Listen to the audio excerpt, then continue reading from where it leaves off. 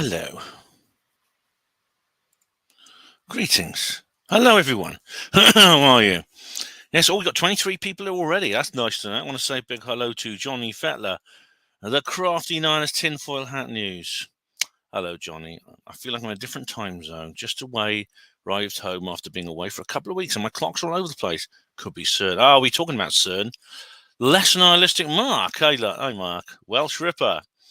Friend of Jar. How you doing? A lot of a smoke here sometime.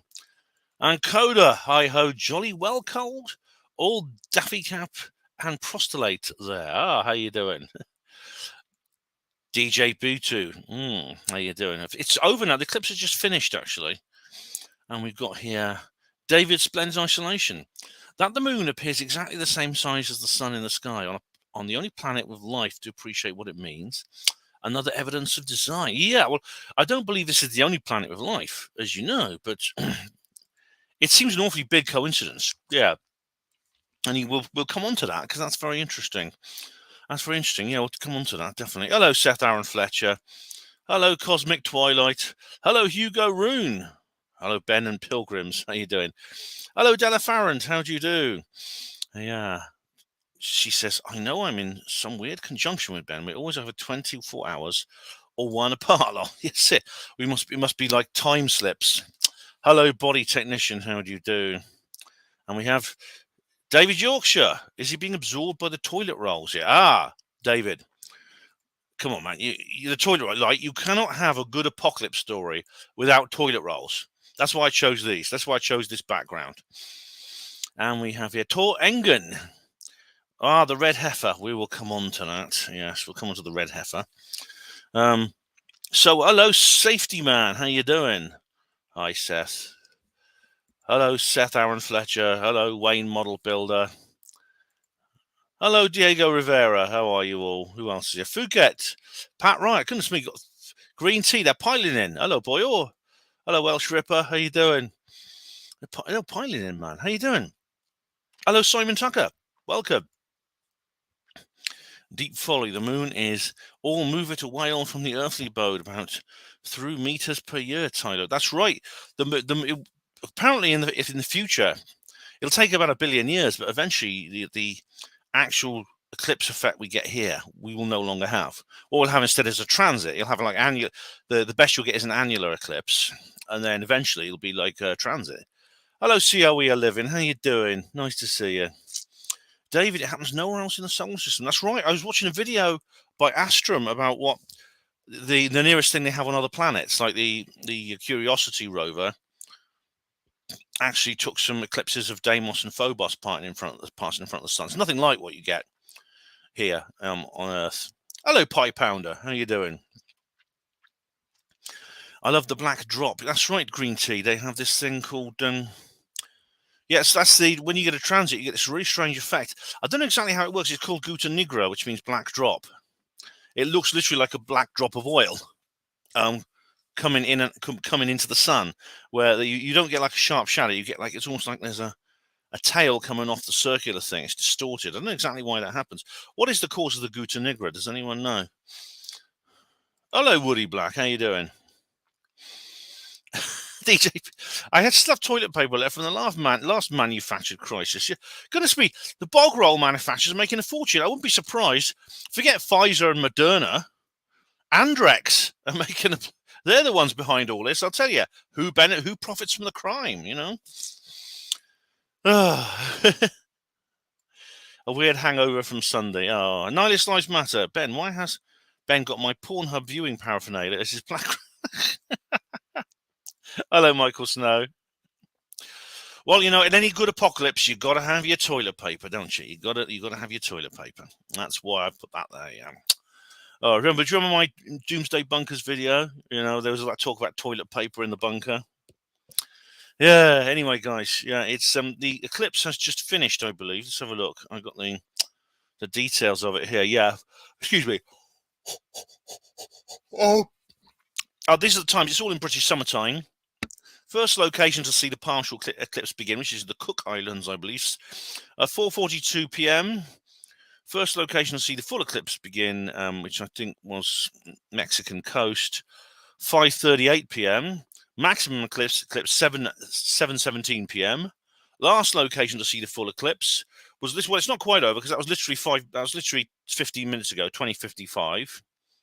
Last location to see the partial eclipse end. That won't be until 9:52. So that's just about 3/4 of an hour away. So it will be completely finished in 3/4 of an hour. I think I'll tell you what I'll do is I'll bring up Sabine because the thing about Sabine is I'll put up the fair use banner first. Let me just get no, I don't need a fair use banner. I'm gonna show you Sabine's video with fair use. I think that's fair enough. Hello, Nocturnal Frequency Radio. How we are? Yeah. The toilet paper will sort out all my Bailey's bees. Oh, thank goodness for that. Yeah. Now we're going to come on to the moon was most likely put in place. Now we're going to come on to that, David, because that is a very interesting. You brought up a very interesting point. Hello, Stuart. How do you do? So I've got Sabine. I probably won't show all of this because I'll just show you some bits of it. But this is Sabine Hossenfelder made a video. Hossenfelder, Gott in Himmel. The bane of Michael Shrimpton. The thinking man's Deirdre Barlow. On April 8th, 2024. Here she is. Here she is. Right. You should be able to see that. There she is. Okay. A total solar eclipse will cast its shadow across. On April 8th, 2024. She's wearing the proper glasses. Right, yes, is the thing. Hello! We have here ZX Alien Warrior. Hello, how you doing? Drubber. And hello, how are you? Seth Aaron Fletcher. His Majesty's Council Gritter. Hello, how do you do? There's more people here. And hello, how do you do, guys? Can I come out of my bunker yet, Ben? I think it will be safe by now. The world has not ended, you'll be glad to know. Tino, you'll be very glad to know. So what does this is just giving you some basic background. As I said, Sabina is she's sort of like a science person. I showed her the video during the what's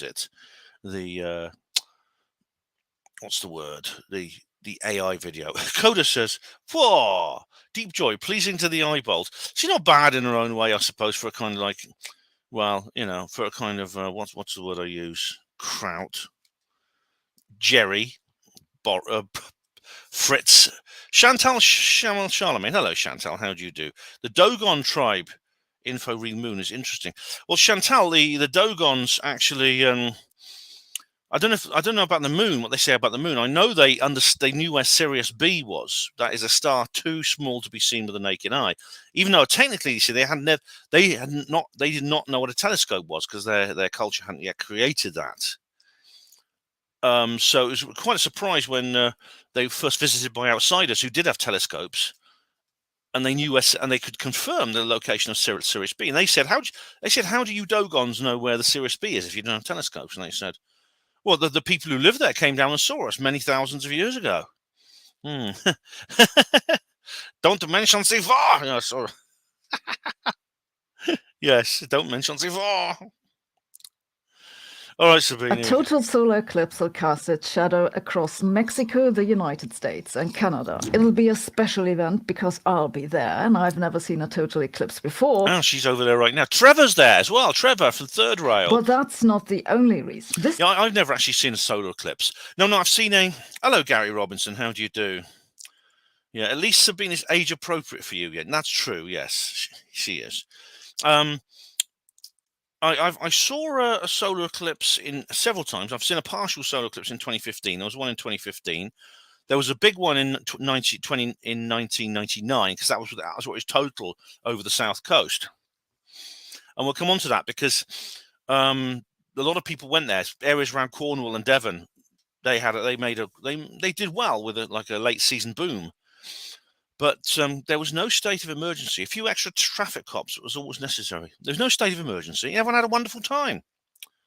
Yeah, so, well, we'll come on to states of emergency. David, have you seen it? From the great state of Maine. You're there, aren't you? It's there. You're sort of there, aren't you? Yeah, look. There's where you are. Yeah, you're quite close to totality. Maine is, yeah, you are. Maine is there. So just there it is. You're right on the edge of the totality zone. Did you see it? I was going to ask actually if anyone in chat has actually seen The eclipse. Have any of you seen it? Did you see it? Oh, Blue Wall. Hello. Hello, Colin. How you doing? Catch quite a bit of it at the coverage on the BBC. Sadly, not felt great all day. Oh dear, you're not still ill, are you? Oh dear, I'm sorry to hear that, Cole. Get well soon, mate. Get well soon. You've been ill for a while, haven't you? Oh dear. Hi, Hugo. How you doing, mate? Yeah. Somebody had to mention flat Earth. Of course. Yes. Our green tea says the figurines the Dogon make the beings who taught them are very unusual looking. Yeah, they're kind of like they look like fish. They have legs and arms, but they have like a fish-like body. 89% here, right? Yeah. In 1999, oh, you did great, David. In 1999, I saw. I didn't go to I didn't go to see the totality. I actually stayed at home here in Oxford, but I went up onto Port Meadow with some friends, and we had like 98 to 99% totality. Chantal says, I watched the clips in 1999 with my naked eyes. No issues with my eyes at all. There was a lot of fear mongering. Well, Chantal, did you see? If you see, you can look at the total eclipse, yeah, and see the corona. The corona won't hurt. It's about as bright as the full moon, but you can't look at the solar disk. That's not fear monger. That will hurt your eyes. It can permanently damage your eyes. Oh dear, Colin, man, I'm sorry to hear that, mate. You got better, but felt a bit rough again. Oh dear. Hope you feel better soon, mate. Yeah, you must be better for contacting the desert, mate. You've got to be better for that. Oh, get well for that, Colin. Yeah.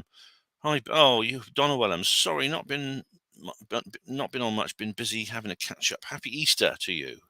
The weather's been horrendous. Happy belated Easter to you, Donna. Yeah, the weather in my own country is for the whole of this year so far has been bloody awful. This spring so far has been a washout. Temperatures have been low. There's been a lot of rain, not much sunshine. And yes, indeed, I'm sure that had a lot to do with it, Sfucat. Oh, thanks, mate. Yeah, I hope you will, Colin. Get well soon, mate. Because it'd be pity if you were ill for that. Because it wouldn't be fun. It wouldn't be much fun going over there when you're ill. Yeah, and but in 1999 we had better weather here than we did in the totality zone, because it was actually quite cloudy in the south coast, if I remember rightly. Although I know someone who sometimes posts lives there. Maybe they'll be able to correct me. But here in Oxford, we had beautiful weather. We had a beautiful clear sky, and I had some viewing goggles because they were given them away free in Boots, the chemist. So I managed to get my free pair of viewing goggles. And indeed, we had about 99% totality here in Oxford.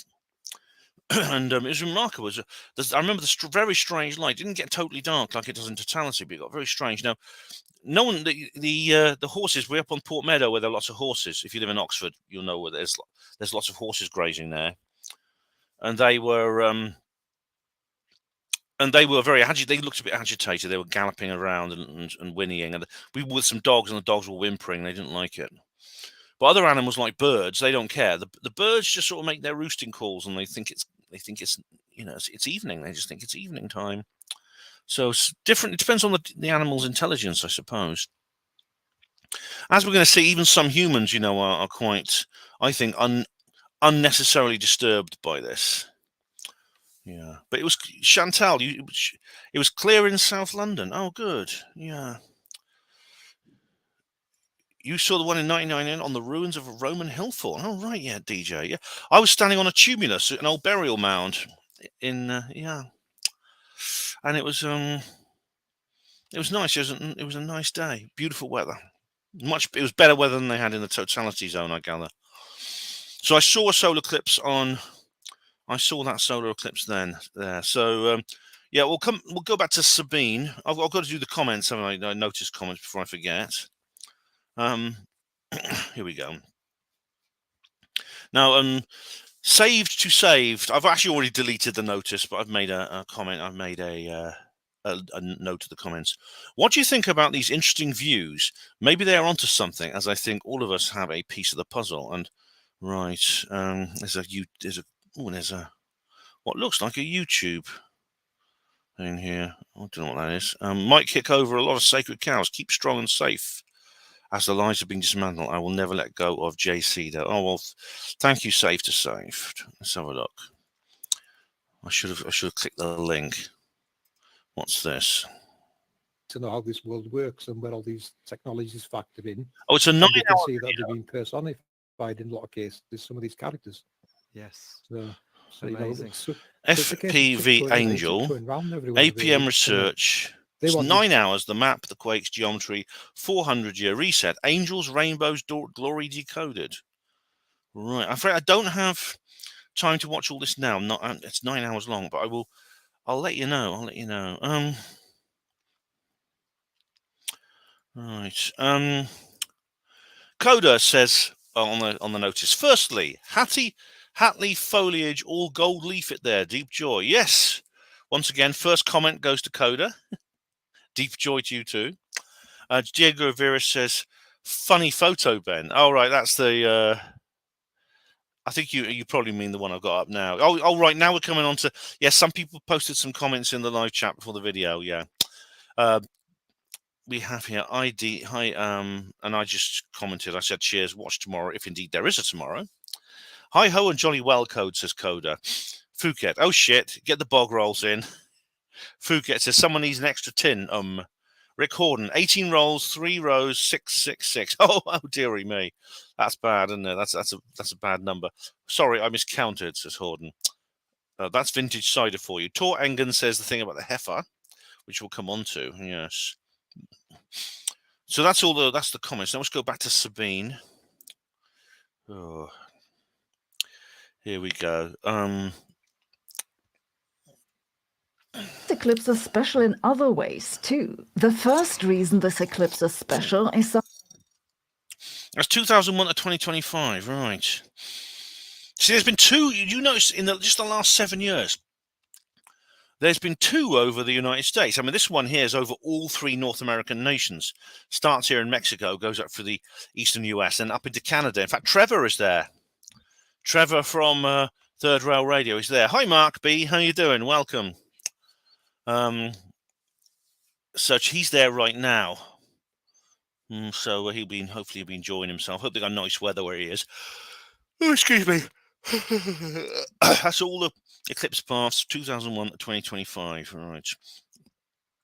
The next one over Oxford will be 2090. So I will probably be worm buffet by then, unless I'd have to be very old not to be. So I'm not going to hold my breath for that one. it'll be especially dark. That's right, solar eclipses aren't all the same. They have different magnitudes that tell you how dark they are. The magnitude of an eclipse is defined as the ratio of the apparent size of the moon over that of the sun, which depends on exactly what the moon is up to at the time it gets in between us and the sun. That's a good point, actually. The moon, despite what David says, you don't get there are different kinds of solar eclipses. There's the annular eclipse, because the moon is not exactly the same.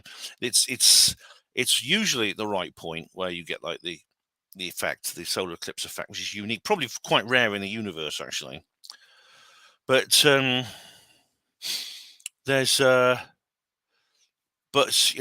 are times when the sun doesn't completely cover the moon shadow doesn't completely cover the sun. It doesn't. You get an annular eclipse, which is where you don't get complete totality. To have a total eclipse rather than a partial one, the magnitude must be 1 or higher. On this occasion, it'll be 1.057, which is the highest in the United States since June 1806, when a solar eclipse with a path very similar to the upcoming one had a magnitude of 1.060. Right, so that's interesting, because that means that this is a particularly intense eclipse. That's interesting. So that's why and of course it's an eclipse over a very populated area. That's another important point. This is eclipse. Solar eclipses are actually not rare. They happen at least once every 18 months, but they don't happen at the same place, do they? Yeah, they don't happen at the same place. But as I said, the United States has had 2 in the last 7 years. They form like a cross across the country. One goes pretty much where this 1806 one went, and the other one, of course, goes in the other direction. So it's a kind of a cross.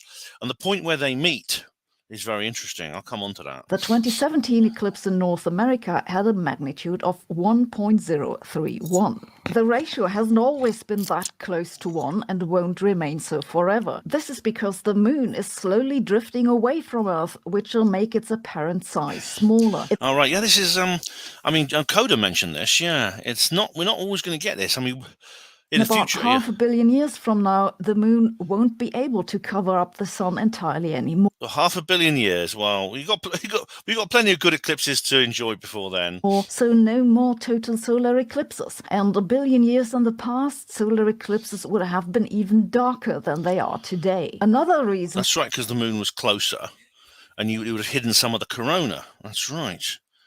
That's interesting, isn't it? This eclipse is special is that it'll happen at a solar maximum. You know, the sun has a cycle of variable activity that peaks approximately every... That's right. I mean, those of you who listen to Panama Radio will know my space weather reports. We are approaching a solar maximum, which is where there's you'll find a lot of prominences, a lot of solar flares. 11 years. We're currently approaching the peak of activity of solar cycle 25. This means that during the partial phase of the eclipse, we'll likely see sunspots on the disk. A third... That's interesting. We'll have that's right, there'll be flares and things. The reason this eclipse is special is that during totality there'll be a comet visible. Yes, a comet. Oh, the Devil Comet. Yeah, I'll come on to that in a minute. I think that's... It has the pretty fact that you can see during pinhole effect. That's just when she gives... In the moment immediately before... This is when she gives instructions on how to look at it. That's where the sun starts coming out. Before and after totality, you can see the last bits of sunlight that pass between a theory that fits any data, but it's not as crazy as it seems. You listen for, that's the wind. Surprisingly, an eclipse causes both more winds and less winds. I know that sounds like a dark matter theory that fits any data, but it's not as crazy as it seems. If you're in a flat place, the wind should calm down. This is because the wind was probably caused by air rising due to it being warmed by the sun. No sun, no rising air, no wind. Well, the sun... the air hasn't been warmed very much by the sun where I am for months.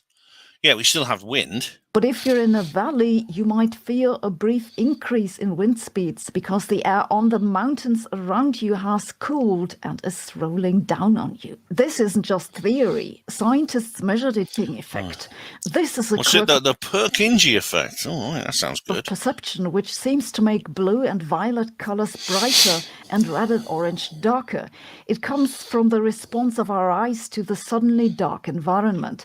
The receptors for the blue-violet part of the spectrum. I noticed this in '99 actually, when we had like 99% totality. The light was really weird, and it was kind of like all dark, and it wasn't like nighttime, it wasn't like evening, it was something I'd never seen before. And the dogs didn't like it; they were whimpering. Yeah, definitely. Hello, Rhiannon. Don't worry about being late. It's a come in and out as you please sort of show, so don't worry about that. Adapt better. Covered up by the moon, the smaller the area of light emission is, and the sharper outlines become. Yes, I noticed weird shadows, yes. The thing you might notice about the shadows is that a minute or so before and after totality, they have thin, wavy lines of alternating light and dark. This happens because when the sun is almost covered, the remaining light comes from this very narrow sliver at the edge. The rays of this light are then almost parallel and very sensitive to turbulence in the atmosphere. However, the effect usually has very low contrast, and to see this, you might want to put a white sheet of fabric or cardboard on the ground. And from the United States, a group of researchers went to a zoo in South Carolina and observed the animals. They found that while most This is what I know. It's like some animals react differently. I think it depends on how intelligent they are. Switched to nighttime behavior, some of them instead showed signs of anxiety. So clearly they understood that something weird was going on. This included several types of apes, but also giraffes or flamingos. So please, while you watch the solar eclipse, don't leave. And of course, crows are very, very intelligent, aren't they, Rhiannon? Yeah, they probably would know something weird was going on, just like the dogs. Your giraffes alone. This video comes with a quiz that lets you... Oh, she's had her hair cut. check how much you remember. Anyway, that's Sabine. That's the thinking man's Deirdre Barlow. Bane of Michael Shrimpton. Oh, when she's not invading Poland, she's making science videos. Yeah. How you doing, guys? Who's there? Michael Snow. Yes, the dogs were whimpering. They were not. They were not happy. They were quite relieved when we got brighter, and in an hour later, it was like much brighter, and they were very relieved because it's sort of like it lasted. The totality, the partial eclipse lasted about an hour, and after the end of it, they were quite pleased. They were quite relieved.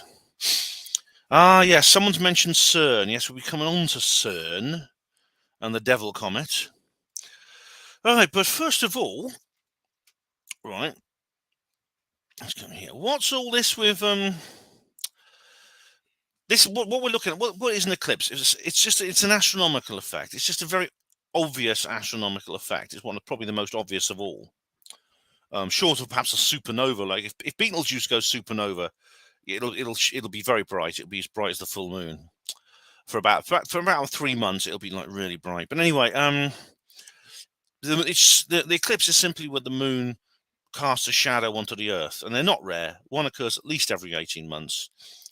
In fact, each spot on the Earth can only expect to experience a total solar eclipse about once every 300 to 400 years. So they are an event of curiosity and wonder for the people who live where one occurs. And this is not the first time there's been a festival, especially when it happens over a populated area.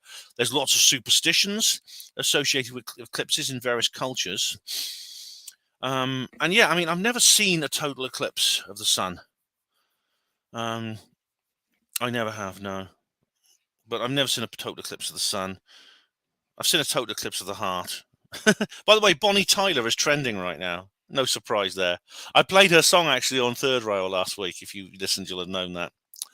But a total eclipse of the sun is it's something special. It's an event of curiosity and wonder. So from what I gather, though, I've seen videos of it. The location becomes almost as dark as night for just a few minutes, usually 4 to 7 minutes.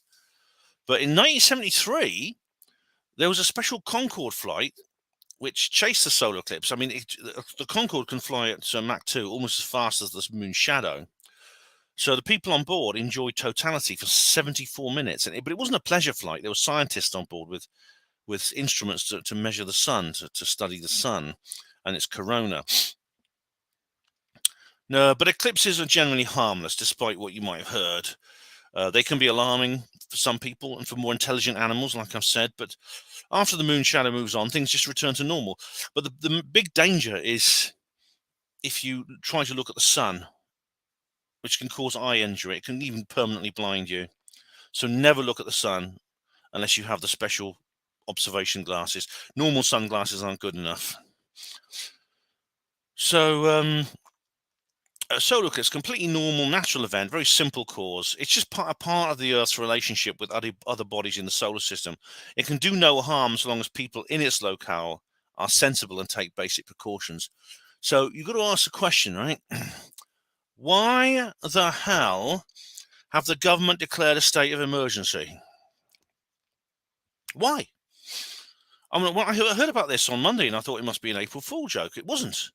The Ontario Niagara region was the first one to declare a state of emergency because they're worried about the crowds at the Niagara Falls. Well, I've seen videos of crowds. There's not that many people there. There's a few people, not many. The US state of Indiana is actually under police and military lockdown at the moment.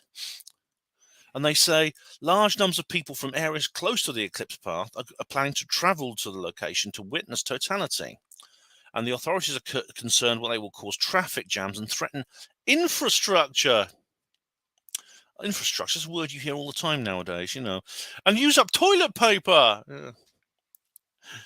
Is there a vaccine that can protect us from the eclipse? Is there a safe and effective vaccine for protecting us from the eclipse? If I wear a mask over my face, will that protect me from the eclipse? I don't know. I'm sure someone's going to suggest that at some point. Governor Holcomb of Indiana said, "The massive number of people viewing this event in our state may well stress and/or interfere with first responder and public safety communications and emergency response systems, such that a technological or other emergency may occur." Now, it's normal for people to travel to an eclipse location. And as I said, when one occurred in 1999, where I was in Port Meadow, just looking at the partial eclipse, about 200,000 people flocked to the southwest coast of England to enjoy it. Just to enjoy it. There was no state of emergency needed to cope with that. What was needed? A few extra traffic policemen. That was all you needed to clear congestion. And the seaside resorts, places like Torquay, Penzance, Minehead, St Ives, they enjoyed a prosperous late season boom. Everyone had a great time. And you know what it is? This really upset me when I heard about it, because I was really disillusioned, because I quite like this lady. Sarah Huckabee Sanders has called a state of emergency in Arkansas. Oh dear, yeah. So eclipse of states of emergency. Here we are. Governor Sarah Huckabee Sanders declares state of emergency in Arkansas due to the eclipse event. Oh, good grief. I thought she had more sense. She used to be Trump's press secretary. So all these places on the route of the totality they're declaring states of emergency. Why suddenly? Well, you see, a few years ago, no one would have cared. No one would have done this. Now suddenly, states of emergency are necessary. It seems you can't do anything without states of emergency these days, can you? I think the government, they basically are just looking for excuses to flex their authoritarian muscles. That's all it is. And when there's no real reason, they'll just make one up. So it's I mean, they regard us. I mean, they treat us as if we're like little silly children. They treat us like we're farm animals, and they think we are. It's yeah. On Third Rail, we were talking about this. Me and Trevor. He actually lives in London, Ontario, Canada, and he's going to travel to Lake Erie, to the shore of Lake Erie, where there's going to be totality. I'm curious to hear what it's like actually for him. But I said that, the people in the state it's like an unhappy marriage, with the state playing the role of the histrionic wife. And it's time for an amicable divorce, definitely. Okay, you guys in chat, how are you getting on? Any new people arrived? Ben does a good posh tough voice. That's right, I do. Governor Holcomb. Oh, he wouldn't talk like that because he's a Yank, but yeah. Hello, Pete. Solar eclipses are racist. That's right. Everything's racist at the moment, Even things that aren't racist are actually racist. Yeah. Oh, Rhiannon says, did you know that you now have to register with the government if you want to keep chickens in your garden? I didn't know that, but it does not surprise me one tiny bit. It really doesn't. Oh, God. Yeah. Yeah. All the microplastics and estrogen in the drinking water. Yeah. It's the big garbage patches everywhere. I find it's all coming from, most of it's coming from India and China, not us. It's not the West that's producing it. Yeah. DJ B2 criticizing Anna Sarkeesian now carries the death penalty. That's the Gamergate girl, isn't it? Yeah. Sargon was always having a go. Do you remember Sargon of Akkad? He was always having a go at her. I went in his early days on YouTube. Yeah. So.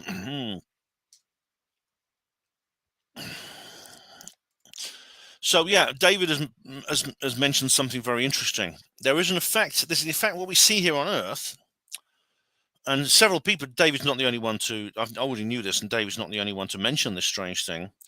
But well, there's an effect here on Earth that's probably quite rare throughout the universe, which is that on the celestial sphere, the moon and the sun are of a very similar size, and sometimes they are of the identical apparent size, depending on their orbital period.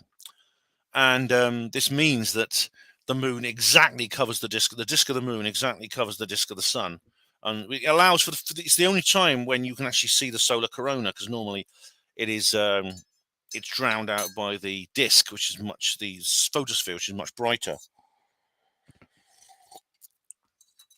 Several things will happen when this. Firstly, like I say, everything will go dark. I mean, the solar corona does cast some light, but it's about the same as a full moon, so everything will appear very, very dark, almost as dark as night, not quite.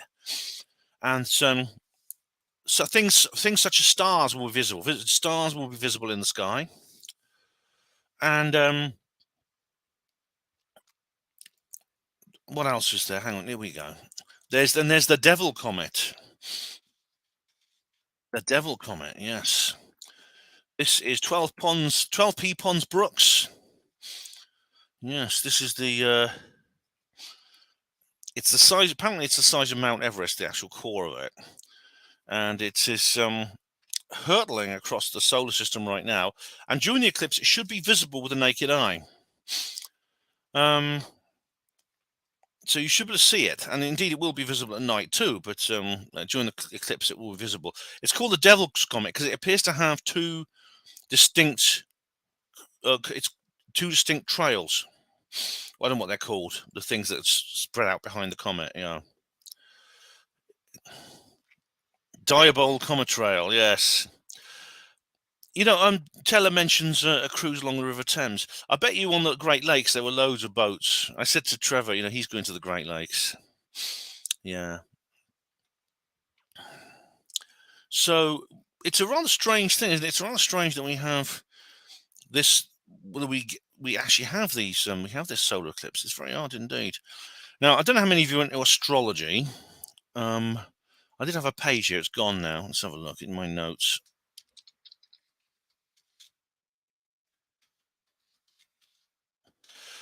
I think it's going to be, of course, different astrologers believe different things, but so they'll interpret it in different ways. But it's interesting that North America now has had 2 solar eclipses in the same time, and it's happening at here we are. Brittany Miller. I'll show you the page. It's just the Independent. Now, I'm not like a big astrology person, but I take it seriously. I think I don't dismiss it. Eclipse happening at the same time as a Mercury retrograde. Now, in a Mercury retrograde, things like machinery goes wrong, computers break down, stuff like that. It's the chaos caused by Mercury retrograde. Over the years, many cultures have come up with various theories for what an eclipse meant, such as a disruption of the natural order or bad omen. In ancient China, it was a commonly held belief that solar eclipses occurred when a celestial dragon attacked and devoured the sun. To frighten away the dragon and save the sun, people would bang drums and make loud noises during an eclipse. Since the sun always returned after the ruckus making, it was easy to see how the tradition was perpetuated. Yeah, they probably thought, oh, good. If we hadn't done that, the sun would have stayed hidden forever. In astrology, eclipses are considered important and consequential celestial events, often seen as catalysts for change. And it's interesting that the United States now has had 2 in the last 7 years, 2 major eclipses. I remember that some friends of mine went to the US because they went to stay with Dr. Judy Wood. I remember they went with Andrew Johnson and stayed with Dr. Judy Wood at her place because she was going to the eclipse totality went over her house, I think. Astrologers believe eclipses are significantly more impactful and create more amplified energy than other celestial events such as full moons or new moons. Eclipses are considered to bring elevated drama intensity. Astrology is a type of divination where specific events are predicted through the alignment of celestial bodies. The belief is people use their understanding. Astrology is widely considered to be against and not compatible with the findings and theories of modern Western science, or as Professor Brian Cox would say, nubbers. Specifically, at the time of the eclipse, there will be a new moon, which is a phase of the moon's cycle, and it's completely dark. Because of the moon's phase, this eclipse is a time for reflection. I always say it's like you get a blank canvas to envision the future that you want to create over the next 2 weeks to 6 months. Now, that's for the new moon. Eclipses amplify that theme. And a big rule of thumb astrologically is whereas with a regular new moon, you might do some kind of ritual. You might light a candle and try to work with that energy. You're not supposed to work with the energy of an eclipse because it's just a huge game-changing moment. The number one rule with a date is to go with the flow as much as possible. Try not to overthink what's happened.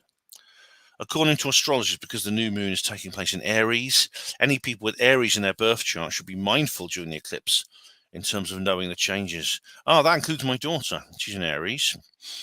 This also means the themes surrounding the solar eclipse are rooted in Aries. So there might be a need to cultivate independence and reflect what motivates you to stand up for yourself and keep going. If you're an Aries or any of the other cardinal signs, such as Cancer, Capricorn, Libra, I'm Libra, you're likely to feel this eclipse more. At the same time, on April 1st, the planet Mercury is expected to go to retrograde in the sign of Aries. Mercury retrograde is an optical illusion that occurs when the planet Mercury appears to move backwards in the night sky. In reality, the Earth briefly overtakes Mercury in its orbit, creating a visual effect. Even if Mercury isn't really going backwards, astrologers think the period has an effect on earthly life. Astrologically speaking, retrogrades, which occur with other planets, are thought to interfere with the realms of the planet that the planet governs. Since Mercury rules communication, information, and travel, the retrograde period is said to affect those areas. The astrological phenomenon fittingly begins its period of chaos on April Fool's Day, causing miscommunications as well as disruptions for the next 2 weeks until April the 25th. That's just before we go to Weird Weekend North. Thank God it'll be over by then. Where's it more about the? Let's see. Well, I want to know more about the eclipse. It does seem like here we go. What does it mean astrologically? Eclipses by nature and astrology are times of unexpected change. They'll show you where in your life you've been holding on to something that's past its prime. Try not to force it. All right. So yeah, I don't really have to read any more because I mean it's obvious. It's obvious, I think, that we're dealing with a country and a particular nation. I mean, it's obviously not just the United States. This one covered the entire, all three nations of North America: Mexico, US, Canada. But this is the second one. This is the second the United States has had in 7 years. There was a 2017 one, and now there's another one, which is really extraordinary when you consider, on average, an eclipse will pass over probably once every 300 to 400 years.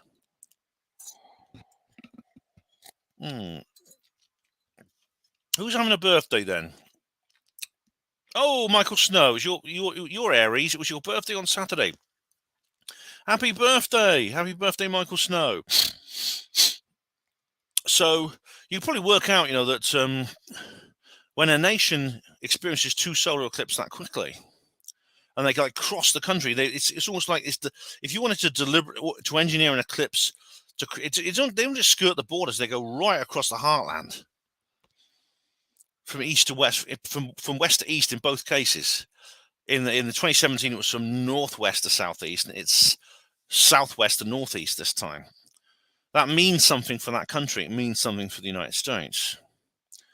And maybe it's if you look at the political situation in the US, there's no doubt. I mean, the country's experienced an upheaval that is maybe unique in its history. I mean, ever since the end of the Cold War, the US has kind of been reinventing itself a bit in this multipolar world, where it's not just not leading an entire hemisphere of the world now. It's like one of multi poles, about 4 or 5, but still a major player. But it's one of about 5 or 6 different poles. But then, of course, it's been taken over by corrupt leaders like Obama and now we've got Biden, Bush. And then Trump comes along. Trump is like a wild card. I mean, there's that. You see that picture of Trump? Where was it? Someone posted a picture of. Look at this. I'm sure this is just a joke, and I'm not saying that. But look at this. See this picture here? Trump posts bizarre solar eclipse ad with his head. Look. Where is it? Look. Oh, you saw that anyway. I don't need to. I'm not going to wait for the ad to clear. You saw that, didn't you? You saw that. Despite what anyone says, I think he is a wild card. He is. he's an element of chaos. He's a positive element of chaos. Despite his flaws, he's an element of positive chaos. He's not one of them. Yeah, he is not one of them. So, in a sense, that the US was going through a major political upheaval at the very moment it received the first eclipse, and now we've got another one. The US has received another massive eclipse right across its heartland. What's that a harbinger of, or what does it mean? Right, what's all this about a red heifer? Yeah. Now I don't know. I thought was this a joke or something, but apparently this is from the Bible. This is like a biblical thing. Hang on a minute. Red heifer sacrifice 2024. Someone now, Tor Engen mentioned this. Right. Will a red heifer sacrifice take place this month? All right. Here we go. Now, this is interesting because Israel, of course, is also going through an upheaval right now. Yeah. Now, this is from the book of Numbers. Where is it? Here we go.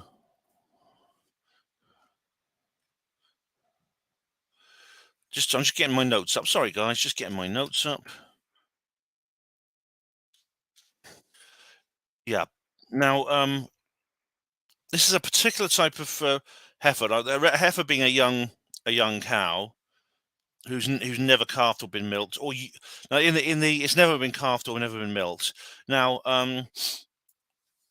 in the Torah, which is in the book of Numbers, which of course is the Old Testament as well, red heifers are mentioned, and this is because of the sacrifices. Now, if you're familiar with the Bible, you know that there's lots of instructions about sacrifices and rituals, which could include all kinds of things, such as basically everything from what you wear to the clothes you wear to getting dry rot out of your house. It's all in the Bible, and this includes the sacrifices in the temple.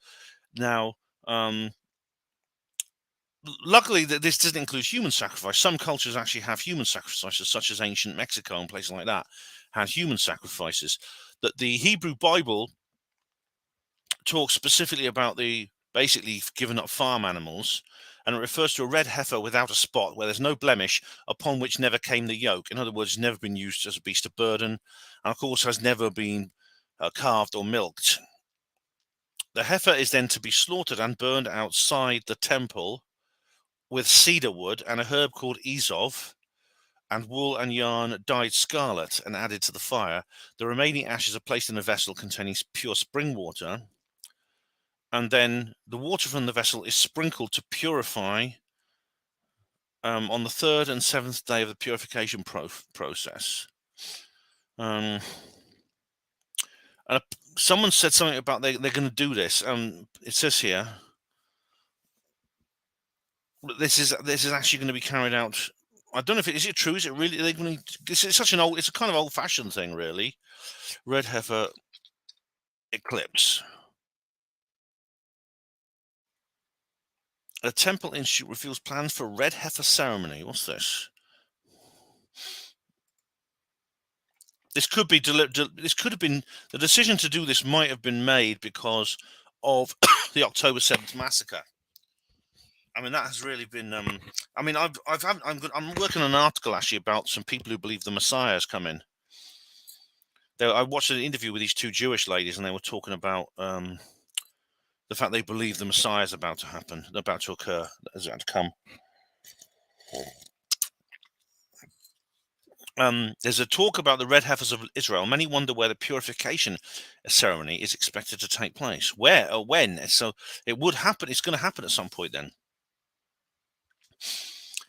In a recent post on Facebook, the Temple Institute, a leading authority on the red heifers, as well as restoring with items used in the temple, clarified much of the questions people had regarding the sacrifice.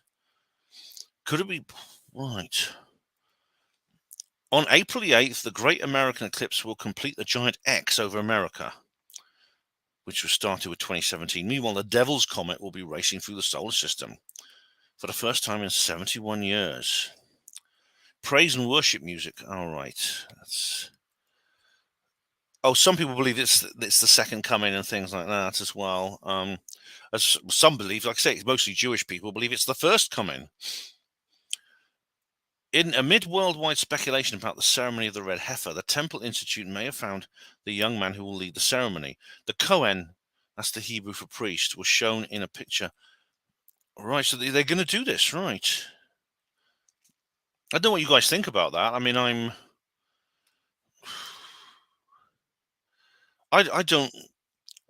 not a vegetarian. I mean, I eat red heifers myself. So, I mean, is this immoral? I mean, Pat Wright says heifer sacrifice is a load of bull. Yeah, I mean, I eat animals. You could say that we're all millions of animals are sacrificed to feed us anyway. Definitely, yeah. I don't know. Humans are weird and often not very nice. Yeah, I mean, I personally don't believe. I don't believe that. I'm not traditionally. I'm certainly not Jewish. I'm not. I don't believe in any organized religion.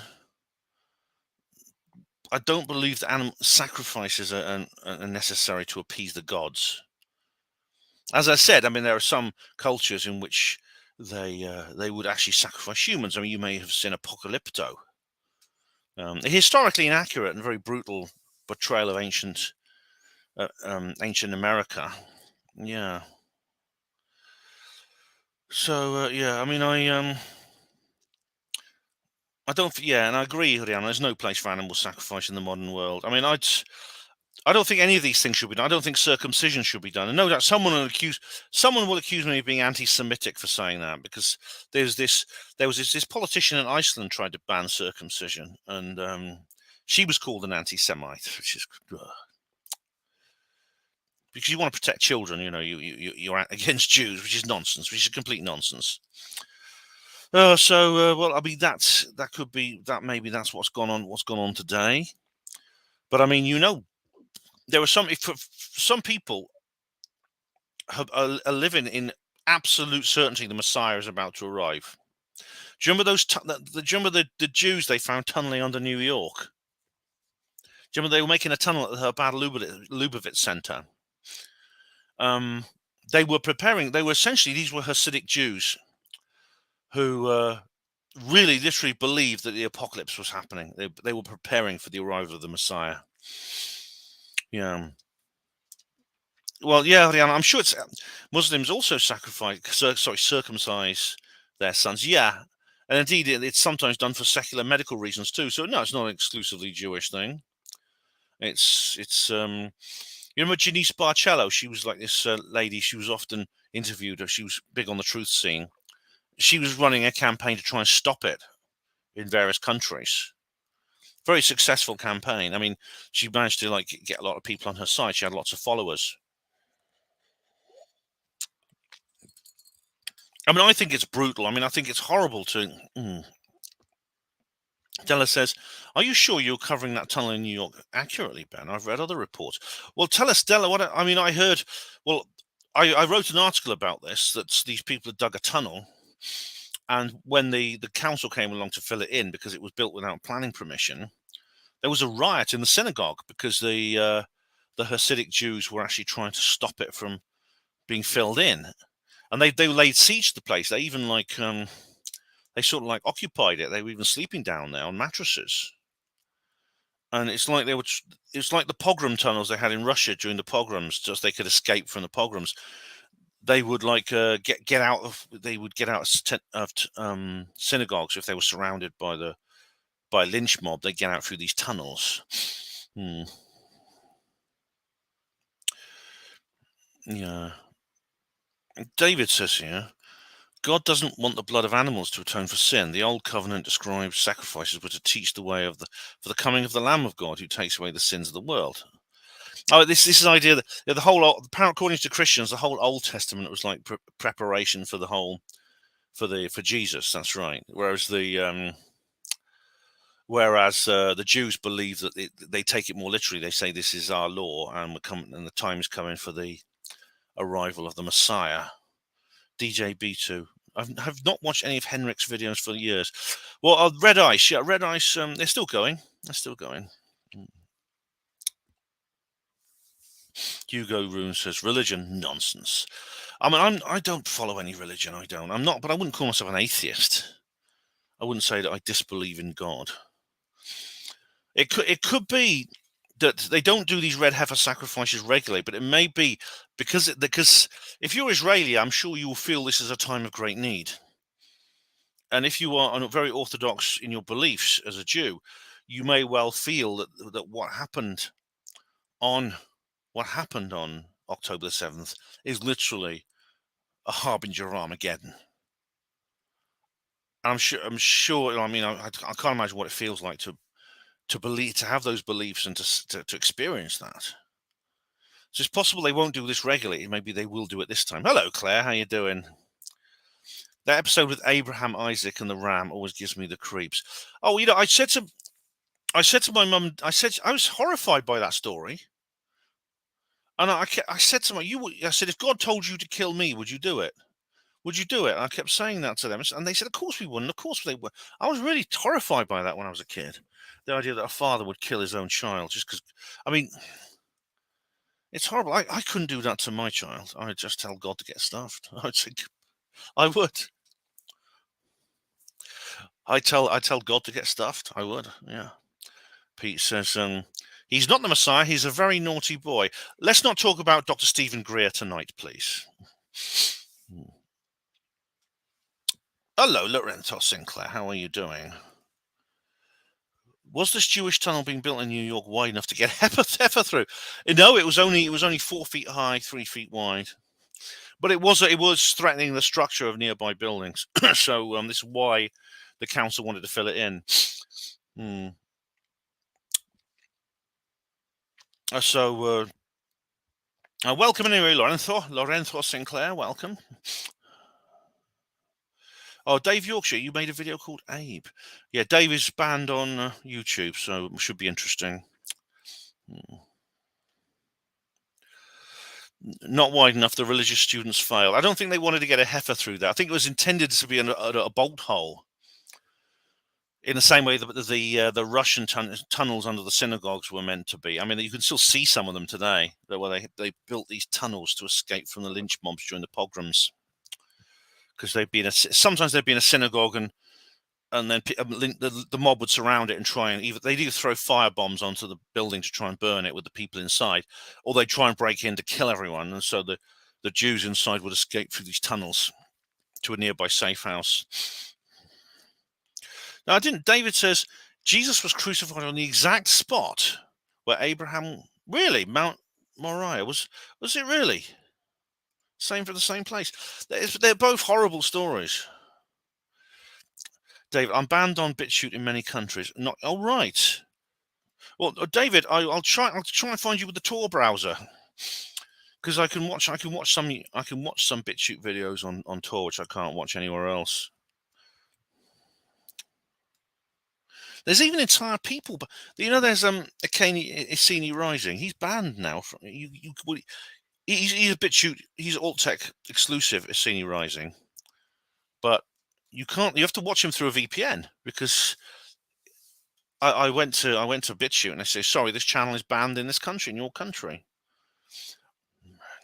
Ray he really needs to move. He really needs to move BitChute to Thailand. He lives in Thailand. Why can't he just set up his offices there?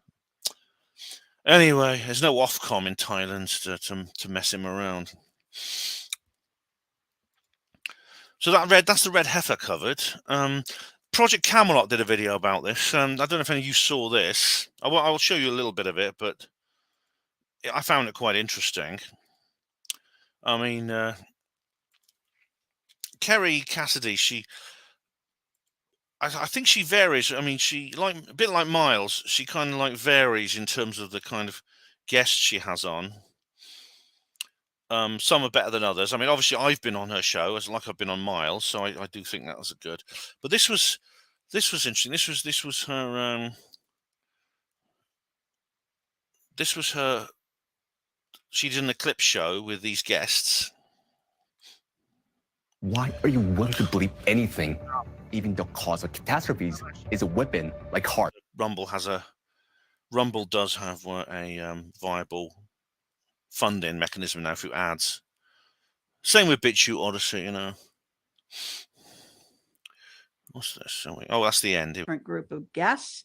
I'm sure everyone has their own take on what's going to happen.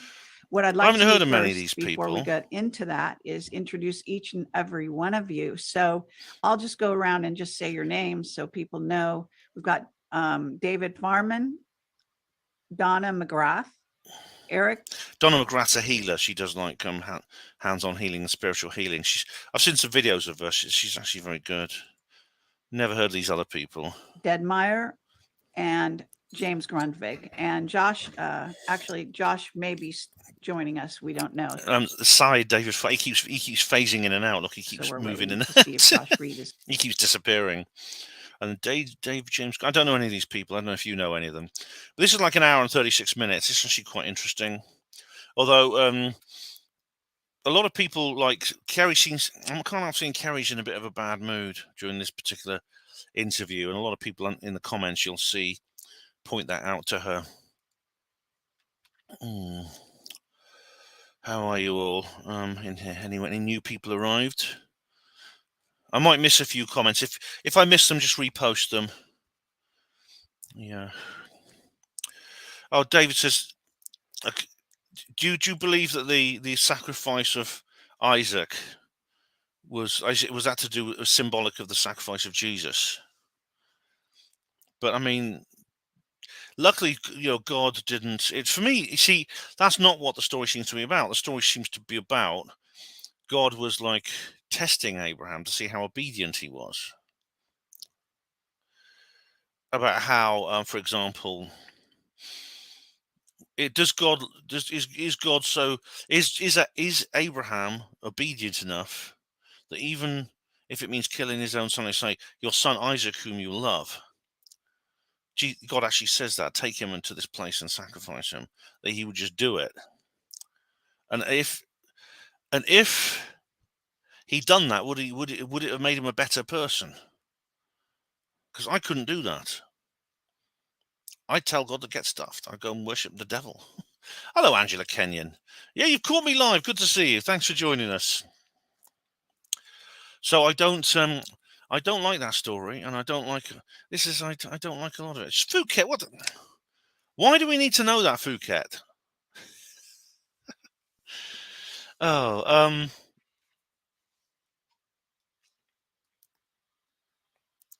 maybe after the cow slaughter things will change.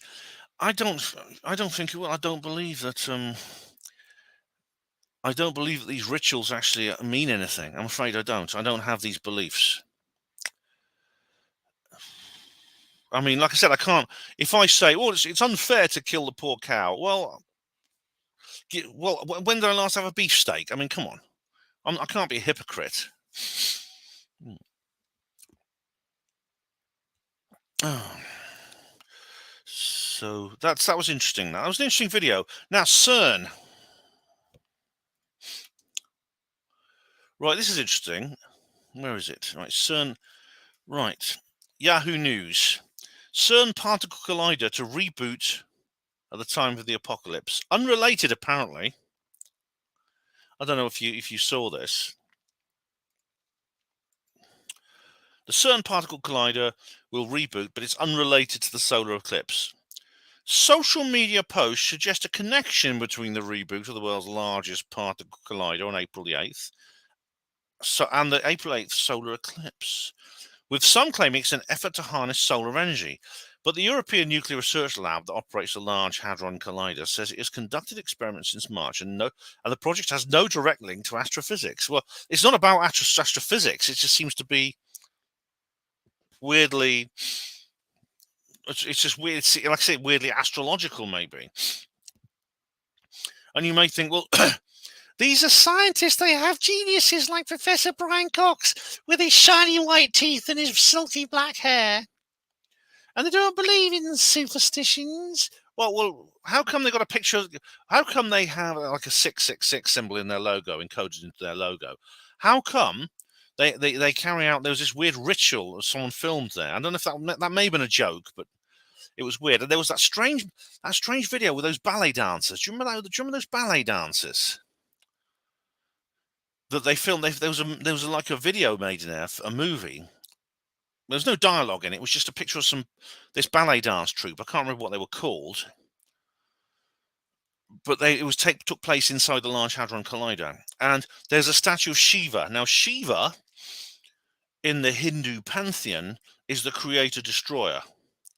In other words, the Shiva plays a role that is analogous maybe to the eclipse, although it's much more dramatic. That Shiva is the god who presides over the changing of the yugas, that is the ages.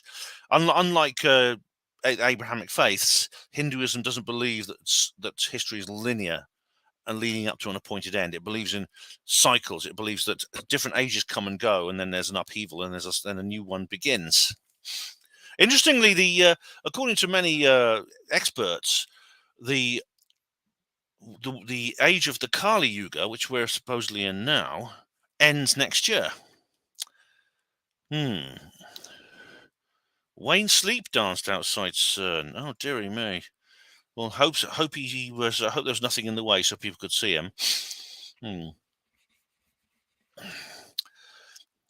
I agree, DJ B2. Yeah, I mean, I wouldn't. I think the right thing to do if you're going to kill an animal is to eat it. I think if you eat an animal, then you can't.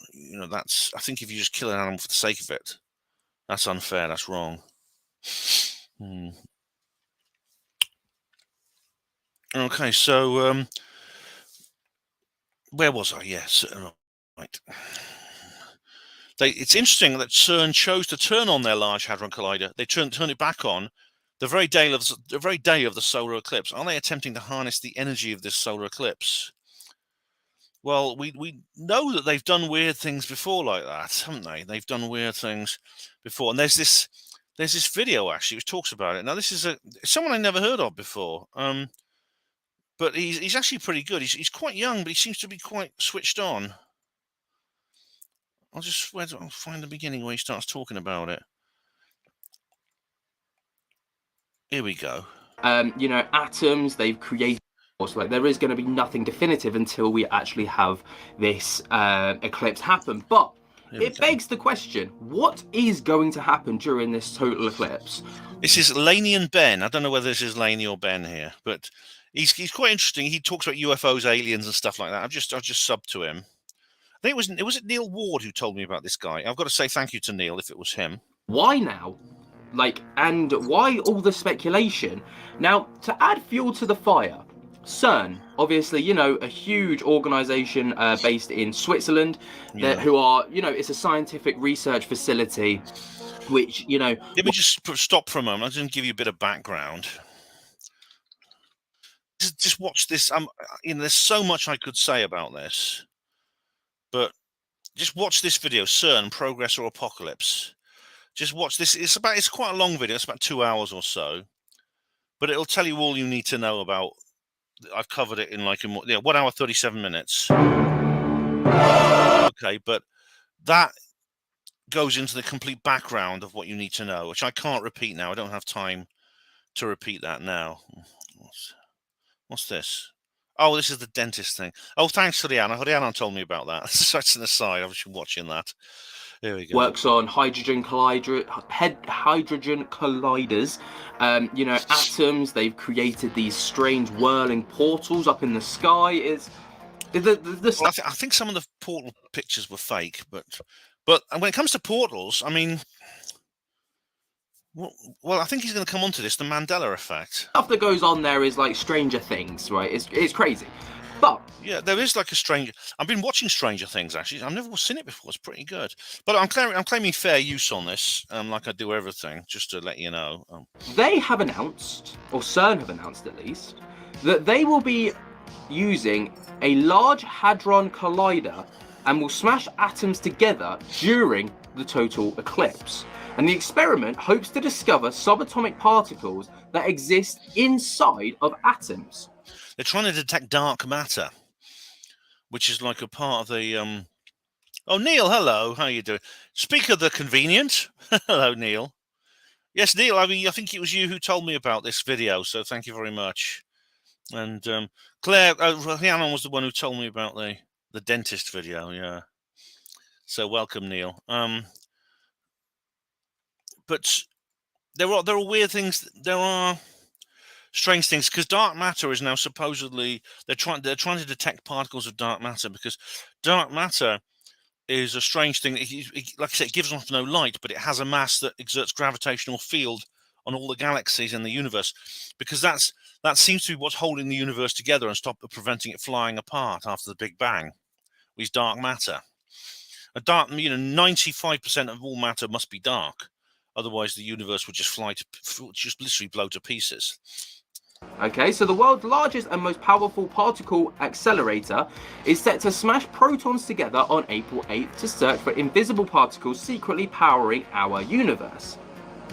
Theories have suggested that there are 17 different particle groups in the European Organization for Nuclear Research, better known as CERN, confirmed the existence of one of its Large Hadron Colliders in 2012. They found the Higgs boson, I remember, which is a very important thing. That's a very important part of the workings of the universe. But they're trying to find dark matter particles now. But they've raised the power levels of the LHC. And now the team has restarted the LHC, Large Hadron Collider, with the hopes of unraveling more mysteries of the universe, specifically dark matter. Now this sounds like some proper, like, shady Stranger Things shiznay going on. Scientists begin preliminary. I've only got into Stranger Things. I've only watched I'm halfway through season 2, but it's actually pretty good. It's all based around Montauk and weird experiments and secret laboratories and things like that. Tests by sending billions of protons around the LHC's ring of superconducting magnets to boost their energy and ensure the $4 billion machine was in working condition. And next month, CERN will shoot them down a 17-mile long tunnel at the nearly speed of light to accelerate conditions a second after the Big Bang. Let's just hope it doesn't. Let's just hope it doesn't make another Big Bang. This is all going to be happening during this solar eclipse. For some reason, they've decided that during the solar eclipse is the perfect time to do this. Yeah. Why? Why specifically at that time? Why? I mean, is it connected to the astrology of the whole thing? I mean, as I said, you might think, but that, you have these rationalists like Coxey and people like that, oh, but it's all nonsense. We don't believe in that sort of thing. But maybe at a higher level they do. I mean, like I said, they have all these weird occult there's lots of these weird occult elements to CERN. Like I mentioned, the ballet dancers, those weird ballet dancers, and that strange ritual. I mean, it's all in my video, my CERN, my CERN video. Hello, E-Man Demon. Not seen you. Welcome back. Haven't seen you for a while. Welcome back. And was it Hugo said something up here? What did you say, Hugo? Dark matter is bullshit. All right, so they won't find anything. They won't find anything. Dark matter is black goo. All right. If they find black goo, it'd be horrible if they allow black goo into the universe. But anyway, let's carry on with Laney and Ben and see what he has to say. Do we know why? Obviously not. They're not going to share that kind of information. But it could be. I know they're going to say it's a coincidence. It's just we just happened to choose that day. But at what point do we stop? As I said to Dr. Paul Rogers, at what point? How many coincidences can you pile up before the Jenga tower becomes too precarious and topples over? Because the skeptics will never say where that point is. You could have if you win the lottery 14 weeks in a row, well, it's just a coincidence. It's physically possible. It might, so how can you prove it's not? It adds weird kind of speculation as to what they're trying to use the eclipse for. Is the eclipse a part of it? Is it gonna... I don't know. I literally don't know, and I don't know where to even turn with this because it's so crazy. Yeah. But the team will be on the hunt for dark matter. I'm going to mention the Mandela effect. I think he brings it up in a minute, if I remember rightly. He brings up this thing about the the Mandela effect, which makes up around 28% of our massive universe, but has never been seen I thought it was 98%. or proven. Or it's dark energy, isn't it? It's dark energy, which is 98. Everything apart from about 2% is like dark energy or dark matter. So, you know, even if this becomes a thing and they manage to make this happen, it will be enormous. It will be a huge scientific breakthrough, and, you know, we'll be on the stepping stones for some amazing things to come. But again, everybody's like, well, hang on, why are you doing this during a solar eclipse that's already massively hyped? Well, yeah, I mean, this is a legitimate question. Have you chosen this day because of that? What's the gig? What's going on? Why are you not telling us? Well, I found some TikToks which kind of dive into the speculation of all this stuff, and you know, it's just wild. Let's take a little look. Is anybody aware that CERN's testing its Hadron Collider on the day of the total solar eclipse? Right, that picture there is not the Large Hadron Collider. See, this is a smaller particle accelerator. The Large Hadron Collider is underground. It's literally like it's 17 miles in circumference, and of course there's no way you can build that except underground. Something that big, you have to build underground. It's built into tunnels under the borders of Switzerland and France. Does nobody find this sketchy? To search for invisible matter that secretly powers our universe, aka dark matter. Do keep in mind, this is after a Wicked beard he's got, isn't it? 2-year hibernation with hopes of unraveling more mysterious, specifically dark matter. Scientists just recently began preliminary tests by sending billions of protons around the LHC's ring of superconducting magnets to boost their energy and ensure the $4 billion machine was in working condition. And get this right, they're going to continue the experiment until later this year, when it will then be put under a long hibernation for CERN to transform it into the next version, the high luminosity LHC. Do keep in mind, they're actually planning an even bigger one. They're planning it's called the FCC. I can't remember what that stands for, but I can probably guess. It's going to be an even bigger tunnel. It's going to be like 100 miles in circumference or something. accelerator sits 300 feet fucking underground at the border of France and Switzerland. And does nobody find I don't think they put the fucking in. I think he inserted the fucking into that. it ironic that it first went live on September 10th, 2008, while everybody was distracted by the election? Now, do keep in mind, like I said, I don't know. It doesn't take much. I don't think that's a coincidence. at the beginning of the video, the last test I mean, I don't think that's significant. was on March 8th, okay? Teams from around the world waited inside the underground lab for a glimpse at the beam circling inside the ring of the LHC. But you see, the first attempt this month did not go as planned after the beam only made it partially around. But after tinkering with the mechanics, the team watched in wonder as the beam circled the accelerator in less than 20 fucking minutes.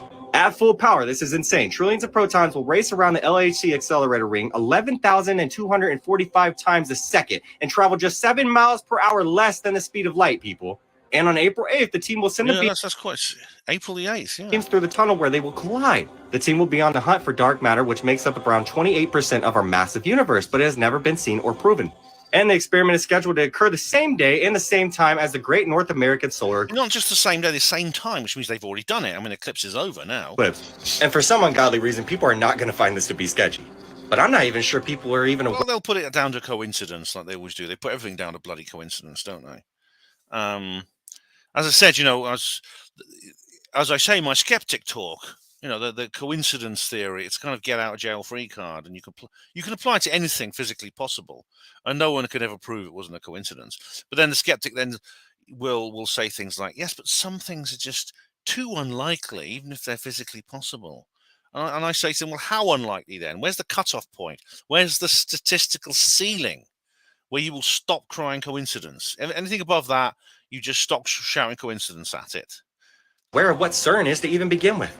I highly implore everybody to look into the Ice Cube Neutrino Observatory in Antarctica and the specific experiments that they're testing, because CERN does a lot of those experiments. Like ice neutrino. I've heard about that in Antarctica. Yeah, they've got it under the ice. They've got they're collecting solar neutrinos through the ice or something like that. Specifically with neutrinos to search for something called a muon. And when you place a muon in a strong enough electrical current, you might be able to produce a certain beam. Kind of like Maui, but I'm not going to lay claim to anything being true. Oh, not the Maui thing again. Yes, blue roofs. Paint your roof blue. Because I already made a video about that months ago, and I got issued a fuck ton of violations for it. But I'm pretty sure people can put 2 and 2 together. I'm just saying, people, this should have everybody sketched out right now. And this literally just adds to all the other events that are occurring in April alone. Like the two broods of cicadas that haven't managed to emerge since 1803. Yeah, that's where I'll come on to the cicadas later, because that came up in that. I don't know if you watched the 3-Body Problem on Netflix. It's not just on Netflix, by the way. It has proliferated.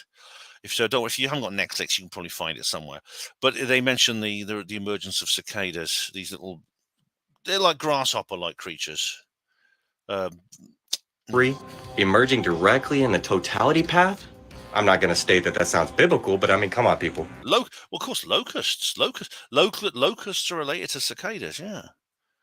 And yeah, that's weird, isn't it? Not that really means anything. All religions really just tie into each other anyway. But God, it just feels like there's going to be some dark times ahead of us. And I'm sure it Not necessarily. I mean, this could be good. We don't know what this means. doesn't help that 4 days after the total solar eclipse, there just so happens to be a movie releasing in movie theaters called Civil War. So who knows? Yes, I'm going to come on to this. I want to mention whether this is some kind of the Black Swan event. I'll come on to that. What'll happen? But I do know that everybody needs to be mindfully aware of their surroundings. Because if you don't, you're simply going to be left behind in the age of this new Earth. Don't talk about being left behind. don't. I don't know if you saw the memes. Somebody said. Somebody was saying, "I'll tell you what we should do. What we should do on Monday afternoon." They were saying when the eclipse is out, right? What we should do is get all our spare clothes and sort of leave them scattered around outside our houses.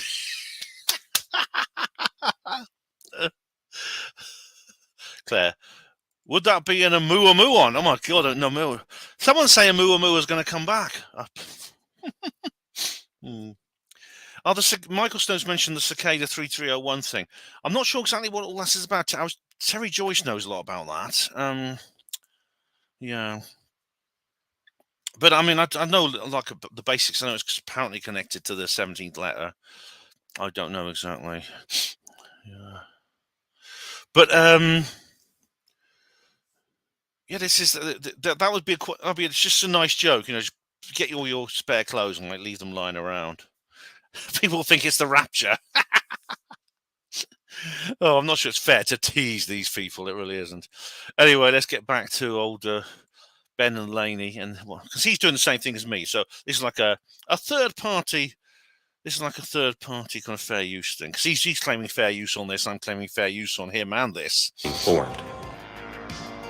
Now, obviously, that's huge speculation. 2-layer fair use. And it does kind of get a little bit conspiracy theory with new Earths being formed and all the Oh, God forbid. No, conspiracy theories. I'd never touch those. rest of it. And I'm not going to dive into that because I don't feel like that's kind of the topic of the video. But Oh, you lightweight. I mean, the fact that people are looking at this, like, you know, people are looking at this deep and there's no suspicion. Really, like there is suspicion regarding the total eclipse, but there's no suspicion regarding CERN. And Well, I do feel suspicious. I do wonder. It's not necessarily they're going to open a portal or anything. I mean, they probably already have open portals, but it just seems weird they would choose to do it on this day. its involvement with doing this Hadron Collider at the same time. But again, there's more footage of people being a bit sketched out, so we're going to take a little look at that. Oh my God, you guys. God, is that Cher? What the hell is going on that all of these places are declaring states of emergency for upcoming covered events? that. Yeah, we covered A that. solar eclipse that's set to take place on April 8th. Right, yeah, we covered all that. People are no longer around, and now we have all this information. Oh, there we go. What أنا happened اسمي there? منة الله وسعد وعمري 10 What happened سنوات. there? There is going to be a total solar. All these famous. It begs the question out there. So many videos Yeah, made about this, and I just There was don't another video know which where talking to about the turn with it. I Mandela don't effect. know what's going on. So Yeah. You see, I mean, the Mandela effect is real. I mean, if you remember, it was one of Kev Baker's favorite subjects, and I used to bring it up all the time when I used to be on his show. It's Mark B. It's a massive psyop. The whole media, coverage. Oh, Mark, you're not a backslapper, are you?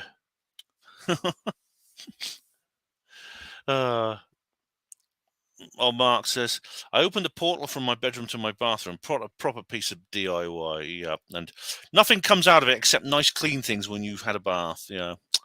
Are you concerned, Ben? Well, yeah. I am Diego Rivera, and if you watch my video, CERN Progress or Apocalypse, you'll get the details of what I think about it all. Yeah, you will. All right, DJ B2. It pisses me off all these people using my desktop background in their videos. Are you so apocalypse obsessed, DJ, that you actually have toilet rolls as your desktop background? My goodness me. Mark B says the Mandela effect is a kind of the effect of the Mandela effect of the electric book burning, Amazon Fire and Kindle. No, it's where people have a weird amount. I'll try and find. Let me go through. I'll go through my history. It's where people suddenly start remembering things, and it appears that they remember them wrongly.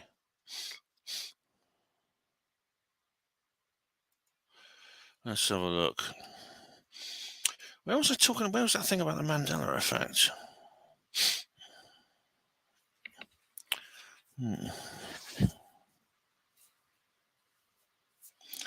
Oh, it's this one, I think. Let's just see. Got nothing to eat? Hellman's meal review. But yeah, just a couple of ads to clear. But this is where he talks. For some reason, he brings up Brian Cox. I don't know why. Now, I don't know why the hell he does this, but look at the title. The title of the video is... Where is it? Where is it? Here we go. The title of the video is Brian Cox, something evil just happened at CERN that no one can explain. Firstly, that's a very clickbaity title. But secondly, I'm sure Coxie is not going to say a word about it if that's the case. Here we are. Let's go forward a little bit. Here we go. Where is it? We start talking about the Mandela effect. Almost as fast as light path to make used at 102. Oh, it doesn't matter. It's aims not to explore. Okay, it doesn't matter. It's not here. But basically, it was Fiona Broome who first brought up the Mandela effect, and it was because she started meeting people from 2010 onwards who remembered Nelson Mandela dying in prison in the 80s. And they were so convinced. They remember the news programs about it and everything. Of course, Mandela actually died in 2013. Most people remember his funeral, but they said that's not how I remember it. And then, of course, there's lots of other examples as well. Eman says here, I think the Mandela effect is just people remembering things the way their subconscious mind thinks is logical as opposed to how they actually were. I don't think so, Eman, because if that were the case, you'd have a lot more variety. You wouldn't have these convergences of the same kinds of conflation. Hello, Lemsip. How do you do?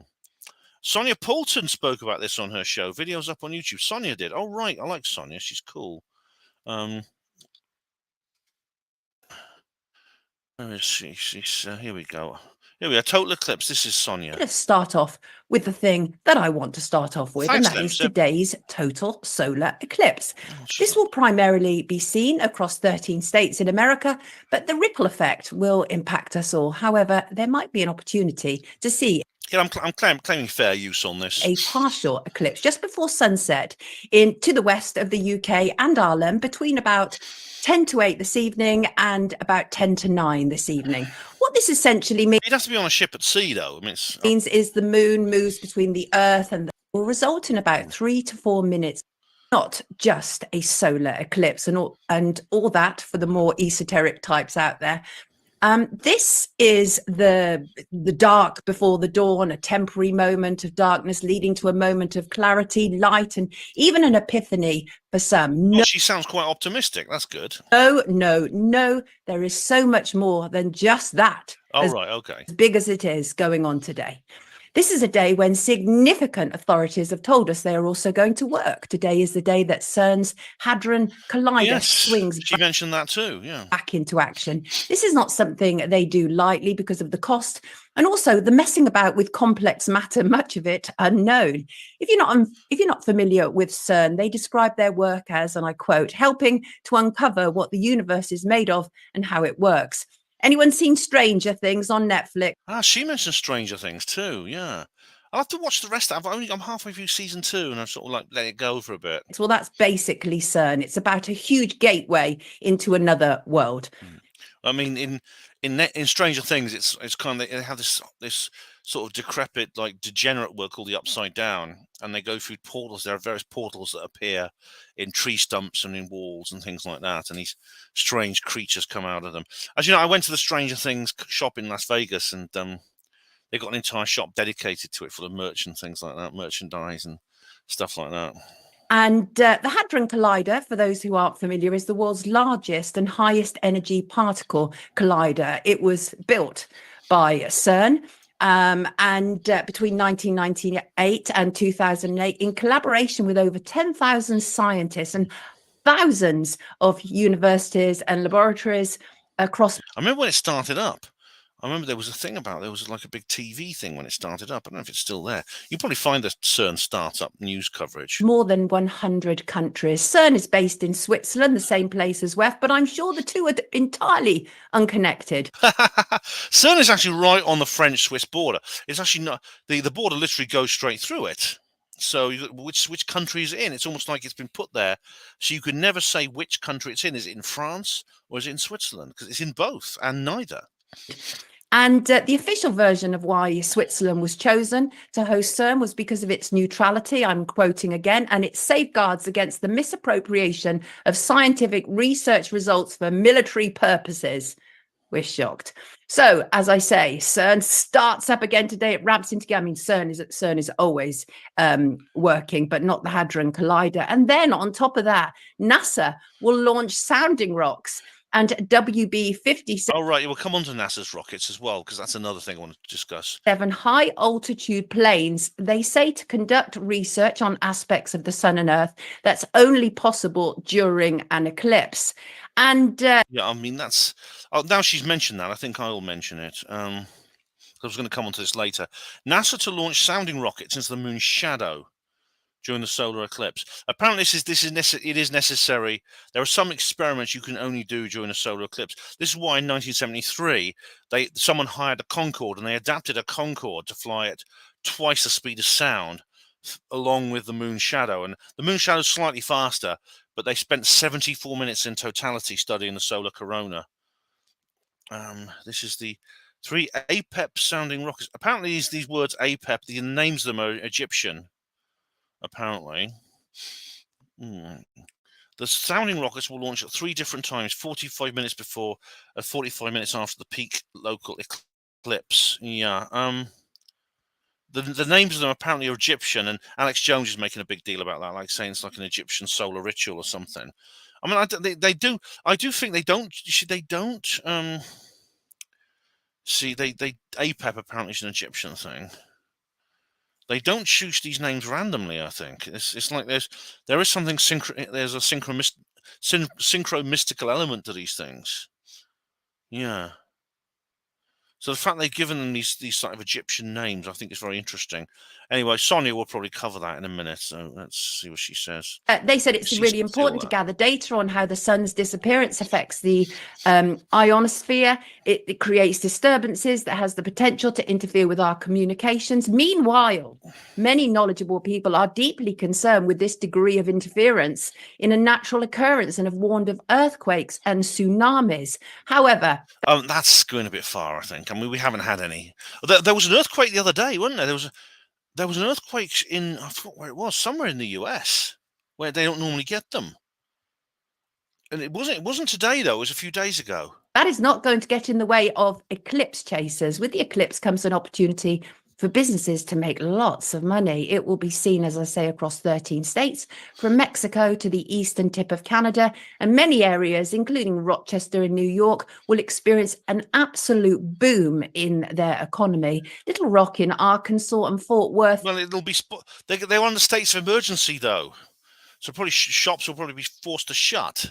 Other places that will benefit greatly from the visibility. American TV has warned of a surge in demand for hotels, and local tourism authorities say prices have rocketed a phenomenal 500 times more than normal to stay in a hotel on the path of the eclipse. Who would spend that? Well, they get a bloody tent. I mean, most people are going to do that. Officials in Ohio gave a press conference and warned that the increase in traffic could lead to food shortages, gridlocks, and have said that food shortages. No toilet paper. We're going to run out of toilet paper. Yes, it's going to be. It's going to be, and the Brexit beast will rise again. You know, a super gonorrhea. Oh, please give us a vaccine to protect us from the eclipse. that people should carry maps, drinks, and that they should top up their car regularly with fuel. So make sure you have just a few cans of beans stored in your house and plenty of toilet paper. all this for an eclipse. So yes, it's clearly not a regular eclipse, not in any sense of the word, but do enjoy it. The phenomenon is a cosmic event. It is, as I say, it requires the sun. They don't want us to enjoy it, though, do they? I mean, I'm sure Sonia understands this. I think she's finished now. They don't want us to enjoy it. Thanks for that, Lemsip. Anyway, yeah, they don't want us to enjoy it. They want to spoil it. That's the thing. Yeah, they don't. That's it. Oh, Dave. Oh, right. David mentions the Gotthard Base Tunnel. Yes, David. I wrote an article about that. I don't know if you've seen it on a Panamo Voice. I wrote an article about that. Yeah.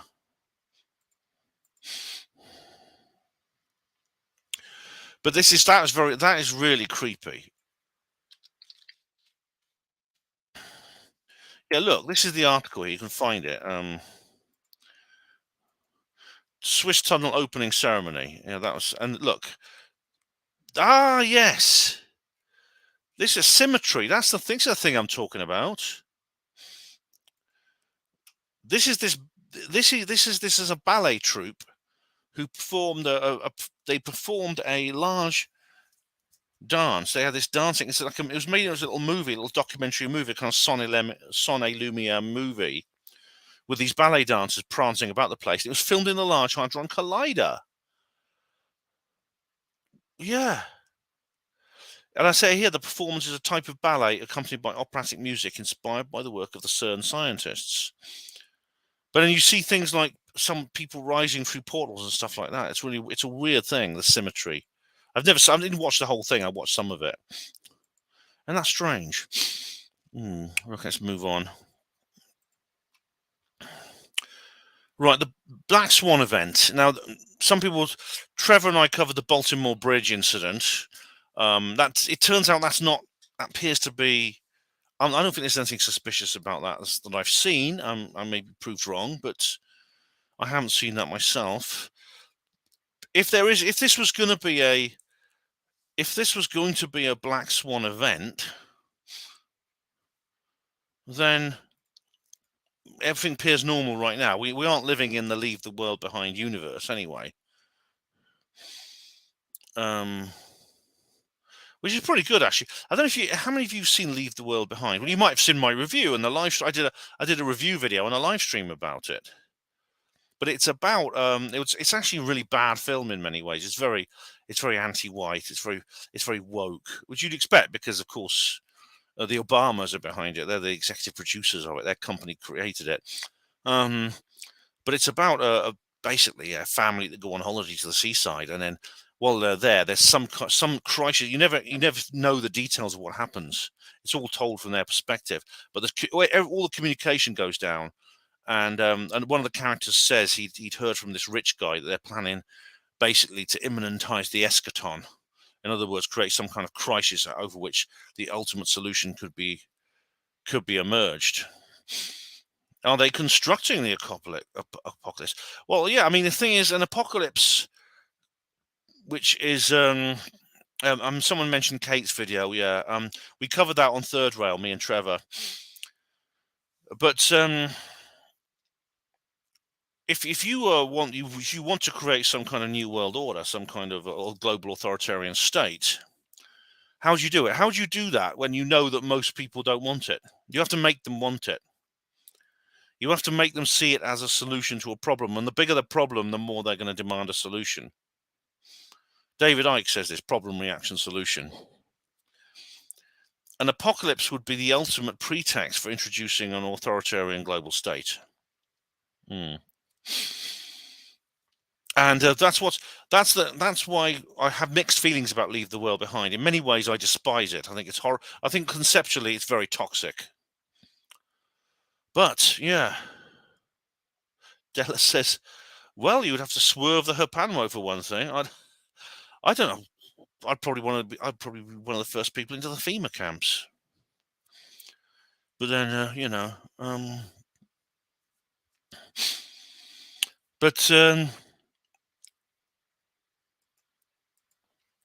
was just there doesn't appear to have been a black swan event. At least at the moment when I last looked, everything was normal. I'll just go back to let's just go back and have a look at here we go. I'm just going to have a quick look at the big black cock. Here we go. And it's just, this is it. Solar eclipse brings darkness to millions as it sweeps across North America. That's New York there. Yeah, the Brits have a marathon wait. The next total solar eclipse will be around 2044. We can expect one in 2090. All right. All right. Okay. There's only pictures of the totality. Seagulls go crazy during the blackout at Niagara Falls. I suppose they would see some animals react differently to it.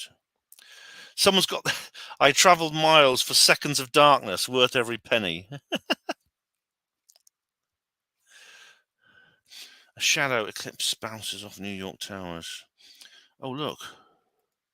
There are some fireworks going off right now. You can start to hear some cheers. It's feeling very cold. It's getting very grey. I don't know if you can just see that on the screen. Look, one thing I remember from the 1999 partial eclipse is the temperature did drop. It dropped considerably, I remember. We went up there with our T-shirt. This was like in September, and I had my T-shirt on. And I did bring a jumper, and I put it on by the end. By the time we had 99% totality. As I'm talking, but suddenly it's starting to look a little bit more like New Year's Eve, as opposed to the middle of the day here in. Well, I want bloody ruin it, fireworks. I'd have to go somewhere where there wasn't anyone else. I'd have to go somewhere quiet to enjoy it. No, Ohio. I'm just going to take a look around because you can hear the cheers here. Everybody. Just taking that moment in. I'll tell you, I was joking with I think it was David on Facebook. He pointed out that the running time of Bonnie Tyler's Total Eclipse of the Heart is exactly the same as the maximum totality time in this eclipse. And I said, put it on full volume. Totality over once again. People putting on. You can see the flares there. You see the coronal mass ejections. Their glasses, but truly a magical moment here in Ohio. Just to paint a picture of, you know, my team here on the ground as well. My camera operator, he is from Ohio. He is nodding very happily because this is a fantastic moment. I think just a sense of something really awesome having happened here. So there isn't really any. Oh, Trevor was near there. Trevor went to Lake Erie, isn't he? Oh my God! This is the flat Earth place, Fogo Island. This is the flat Earth place. That might be the flat Earth observation place where people apparently you can see the edge of the Earth if you're a flatty. If you believe in the flatty stuff, I don't. Yeah, but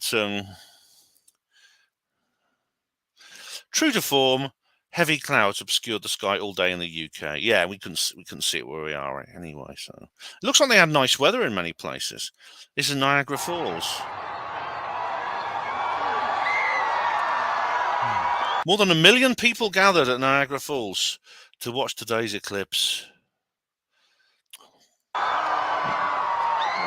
God, get us, do something. Someone call a state of emergency.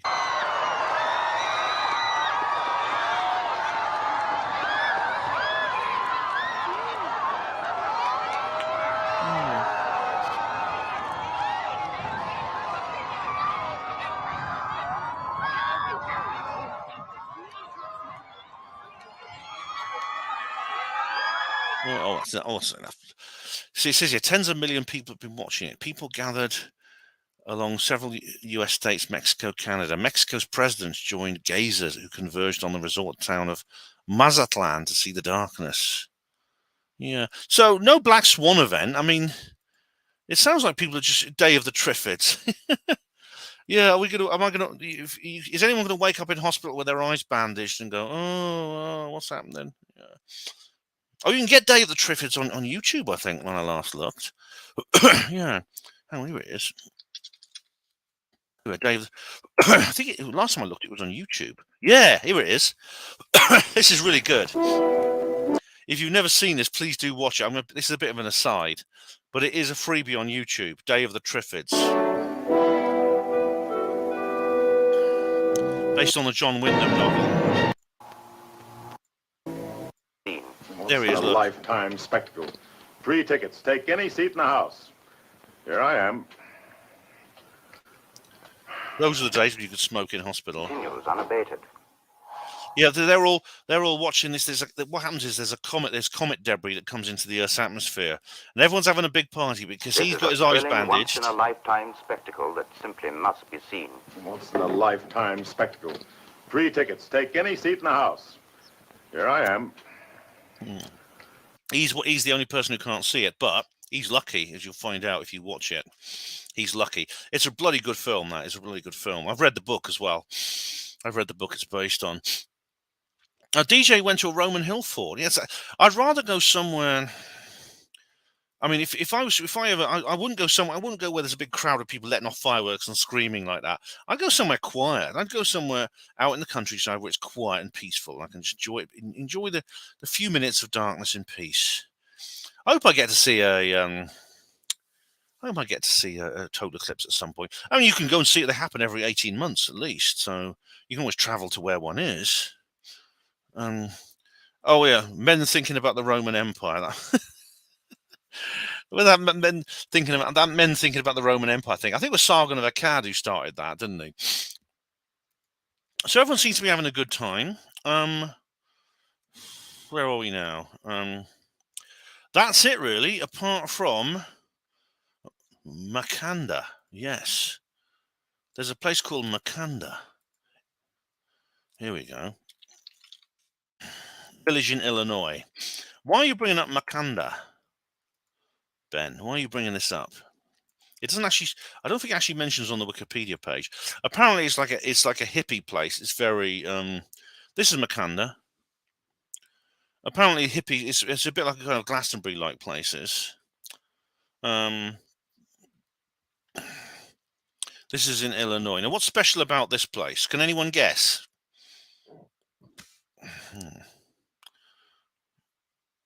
Anyone guess what's special about Makanda, guys?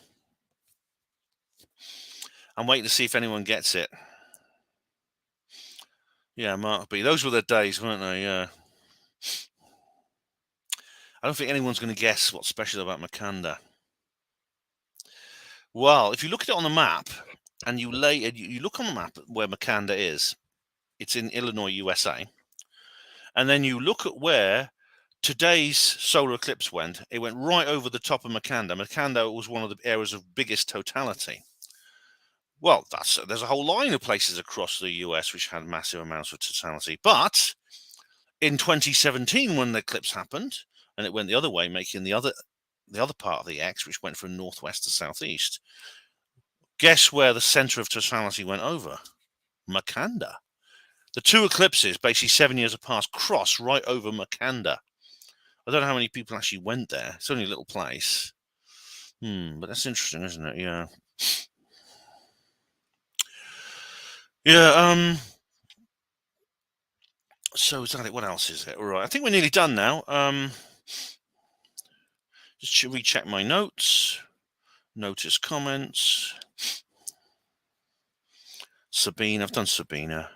Hope she enjoyed it. Devil Comet, CERN, Baltimore Bridge. Good or bad news? Is it good? Is it good or bad news? I don't personally. Well, I'll come to that in a minute when I think about it. But I don't think I'm not scared of this eclipse. Right. One more thing. The cicadas. Okay. Right. Eclipse cicada. This is it. Right. What is this all about?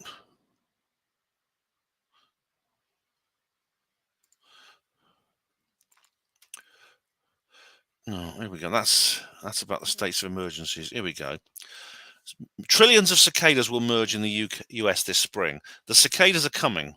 What to expect? Apparently, there's what do we know about the trillions of cicadas? Now, this is interesting because that's not CBS News, because there is, like I say, cicadas are related to locusts, which of course play a huge role in the Bible. Over 100 trillion cicadas to emerge after the solar eclipse. Shortly after the upcoming total solar eclipse, another rare sight will occur in central, east, and midwest. As many as 100 trillion periodic cicadas are expected to come out of hibernation. What the experts are calling a cicada-geddon. Cicada-pocalypse. All right. But after that happened, 2 cicada populations nesting together are expected to emerge. Combined swarm that will dominate a large portion of the US. That's interesting. No doubt someone will blame climate change. I expect, just blah. Climate change. Let's have a look. Climate change gets blamed for everything, doesn't it? All right. Anyway, that's the cicadas. Eat the bugs. Yes, here we live in. Eat the bugs. Maybe Klaus is Maybe Klaus is waking them up deliberately, yes, for the bug burgers. I'm sure the recipe books are on the way, aren't they? DJ B2, cicadas with monkeypox will cause the zombie apocalypse. Oh, you've been watching my zombie video. Do you remember? Because I mentioned that Stratcom 808 video, that Stratcom 808 article that talks about different kinds of. It talks about different types of zombie, and among them are vegetarian zombies, which they pose no direct threat to human life, but they are like locusts. They eat like arable produce and farms and things like that. Yeah. Okay, so, but funny enough, how many of you have watched Three Body Problem? I did a review of it. How many of you have watched this? Because I actually did a review of Three Body Problem. Don't read my review till you've seen it, because it's full of spoilers. But this is a TV series. It's not. I didn't think it was that good. It starts off quite well, but gets stupid later on. But here we are, Three Body Problem. Starts off well and gets silly. It's a science fiction thing. It's based on a famous Chinese novel. It's unusual for China to export its. Cixin Liu, that's the author. It's unusual for China to like export their contemporary art, so this is quite unusual. But it's like an 8-part series, and but the reason I bring it up is because, I mean, like I said, I have mixed feelings about this whole thing. I've written. If you want to know more, I'm not going to cover it in any particular detail, but I have done a written review of it. I don't plan to cover it in any more detail. I've done a written review of it here on Panmo Voice, so you can check that out if you want.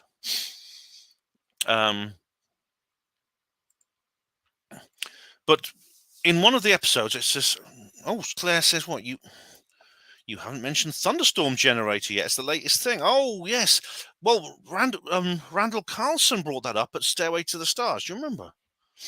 Yeah, the thunderstorm generator. Maybe I should say a bit more about that in certain times. Yeah.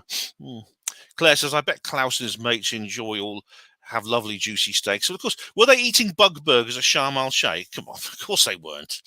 They all flew in on their private jets and their gas guzzling limousines and they tucked into blue cheese sauce with burgers and Aberdeen Angus steaks. Of course they did. It's only we, the sheeple, who have to eat the bugs and live in the pods. But it's interesting. What's interesting, I think, is that in the three-body problem, now they mention the cicadas. They mention like there's lots of cicadas coming out. Cicadas, of course, for those of you who live in areas where there are cicadas, you'll know that they make a lot of noise. They're noisy. I mean, like grasshoppers, which we're used to hear, and the various crickets and various kinds of crickets. Oh, I'm making you hungry. Talking about the Aberdeen Angus steaks, not the bugs, I hope, Della. Is that what's interesting? They bring this up in the three-body problem. And as I said, it's not that good. It's worth watching, I'd say, but it's not that good. And it's very sort of, as I say in my review, it's very sort of 2018 in terms of its political correctness. It's sort of very 2018-ish, you know. I don't know about you, but I get the feeling that wokery is going out of fashion a bit. Certainly, in movies and TVs, I think they've hit the point where they can't. They said, look, we're not going to earn any more money unless we stop doing this. So they've started making things which are, have, God forbid, they actually have white men in them in roles which aren't completely insulting. But cicadas are related to, they're part of the grasshopper family. And they're very noisy, and they come out at night in some countries, and they can be so loud, they can be really deafening. Yeah. Della, yeah, I've noticed that too. Wokery statistically down. It has to be because Disney and Warner Bros. They're all running out of money. I mean, the shareholders are now kicking up and saying, "Look, what the hell are you doing? You're making films that no one wants to watch."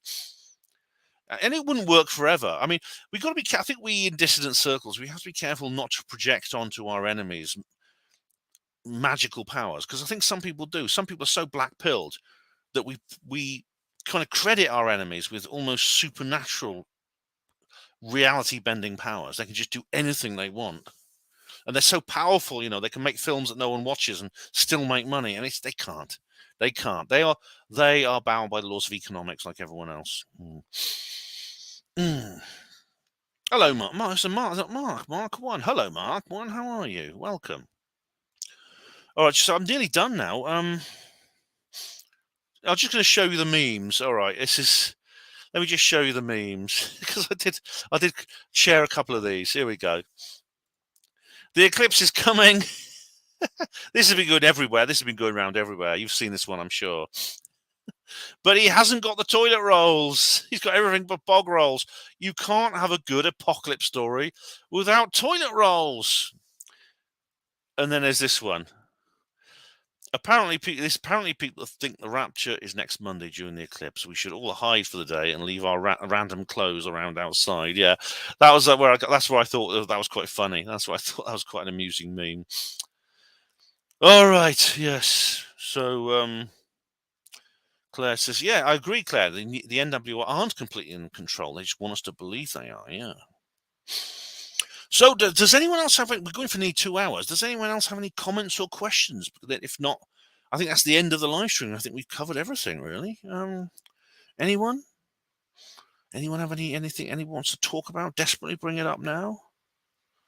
Let me know if you have any. Gary Robinson says here, Disney are doubling down on the woke. Yeah, well, they'll learn eventually. They have to. I mean, I know we often talk about this in the comments reply videos, but it's just going to be crazy, isn't it? Next eclipse, Spain, 2026. Yeah, well, I think a lot of people will do that. We'll probably go there. Claire says, will you do a thunderstorm generator show? Yeah, I should. Claire, I should do that. Yes, but I mean, if you watch Meadows. I mean, I've covered it briefly on Meadows. I mean, if you look at Meadows, my reportage on the Stairway to the Stars Las Vegas event, I mentioned Randall Carlson brings it up, and I'd watched another video of Randall Carlson recently where he brings it up. Apparently, there's a place in West London that's developing it. Night, Hugo. Take care. Please hit the like button. Thank you very much. Everyone help the good man out. Thank you very much, Mark. Much appreciated. Welsh Ripper, greet the Thunberg, what she's up to, probably hiding under her bed, thinking it's the end of the world. How dare you? How dare you let the moon go in front of the sun? Phuket. No, sleep tight. Don't let the bed bugs bite. Well, if they do, I will put them in a sandwich and eat them. Oh, it's Eamon Padima.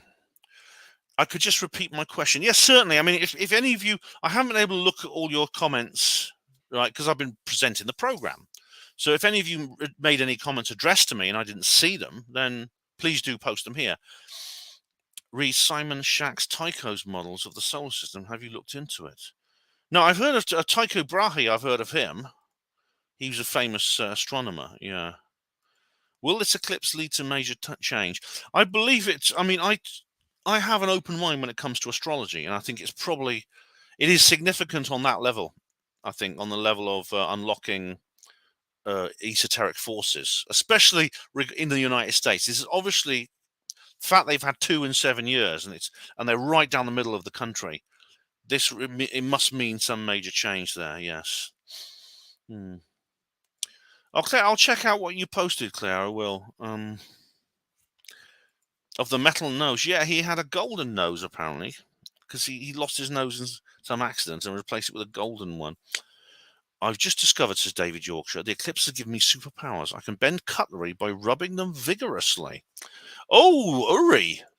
You could go on TV like Uri Geller. Oh, you just watch it is bending. You see it is bending. It's bending like that.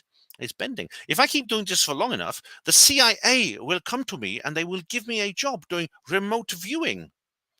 I will be working for the CIA and Mossad doing remote viewing on enemies and things like that. I'm not joking, actually. Geller was a psychic spy. He was a psychic spy. And the pet moose killed by partygoers. Oh, I think I was replying to DJ B2. Yes, he was a bit of a wide boys, old Tycho. Yeah. When are we going on our cruise along the Thames? I don't know, Della. I mean, that'd be nice. I like Thames cruises. If you want to do that, that'd be cool. Yeah, you can get just the old river boats. The old river buses used to do informal like lectures and things like that. Yeah, it's a lot. I've done like London Truth tours and things like that. But yeah, that'd be cool. Dave Yorkshire, Geller was a fraud. It was exposed by James Randi. I think that Geller, these tricks he did with I think he did do fake like magic tricks, and he pretended he was really psychic. However, I do think he had some real abilities because he was recruited, and someone says here, he was approached by Puharich for the CIA, but turned him down. Well, I heard he wasn't. I mean, I don't have the details now, but he was apparently he was involved in Hal Puthoff's project at Stanford, at the Stanford Research Institution, and then it all went black. I mean, I know that Bill Nye says he was actually involved in that too, and he said that Geller was fake. But I think Geller was basically recruited to a black budget project. And if you ever watch Third Eye Spies, you'll find out more about that. So I think Geller had genuine abilities. But of course, when he was famous in the media, he was just doing simple stage magic, as Randy said, yeah. And Randy himself, as Claire says here, was a professional debunker, and he debunked a lot of real stuff as well. He lied as well. Randy was not the most honest man in the world. I think he was deliberately doing that. As David Yorkshire said, he was a confidence trickster, somebody who'd want as a spy. Maybe that's why he was considered good. Maybe it's because he can deceive so well. He was considered to be a good asset for the CIA Mossad network. You know. Oh, any more questions or comments, guys? We're going to finish in a minute, but it's been really good. We've had quite a lot of views. Still on 51 views right now. So, but I'm getting tired. But it's been interesting to cover. It's been an interesting subject to cover. It's been fun, and I want to thank all of you for taking part in it. I really do. David Yorkshire, Diego Rivera, DJ B2, Claire, Mark B, Della, 69 Phuket, Welsh Ripper, Dima Padima, Mark B, 60. Hugo Rune, and I'll never get anyone there. I'll never get everyone there. But thanks, Mark. Thank you very much. I'm glad you enjoyed it. It's a wrap. Out of booze. I haven't had any. I don't drink when I'm broadcast anyway. You're welcome, Michael. Night, night. I'm glad you were here too, Claire. Thanks for dropping in.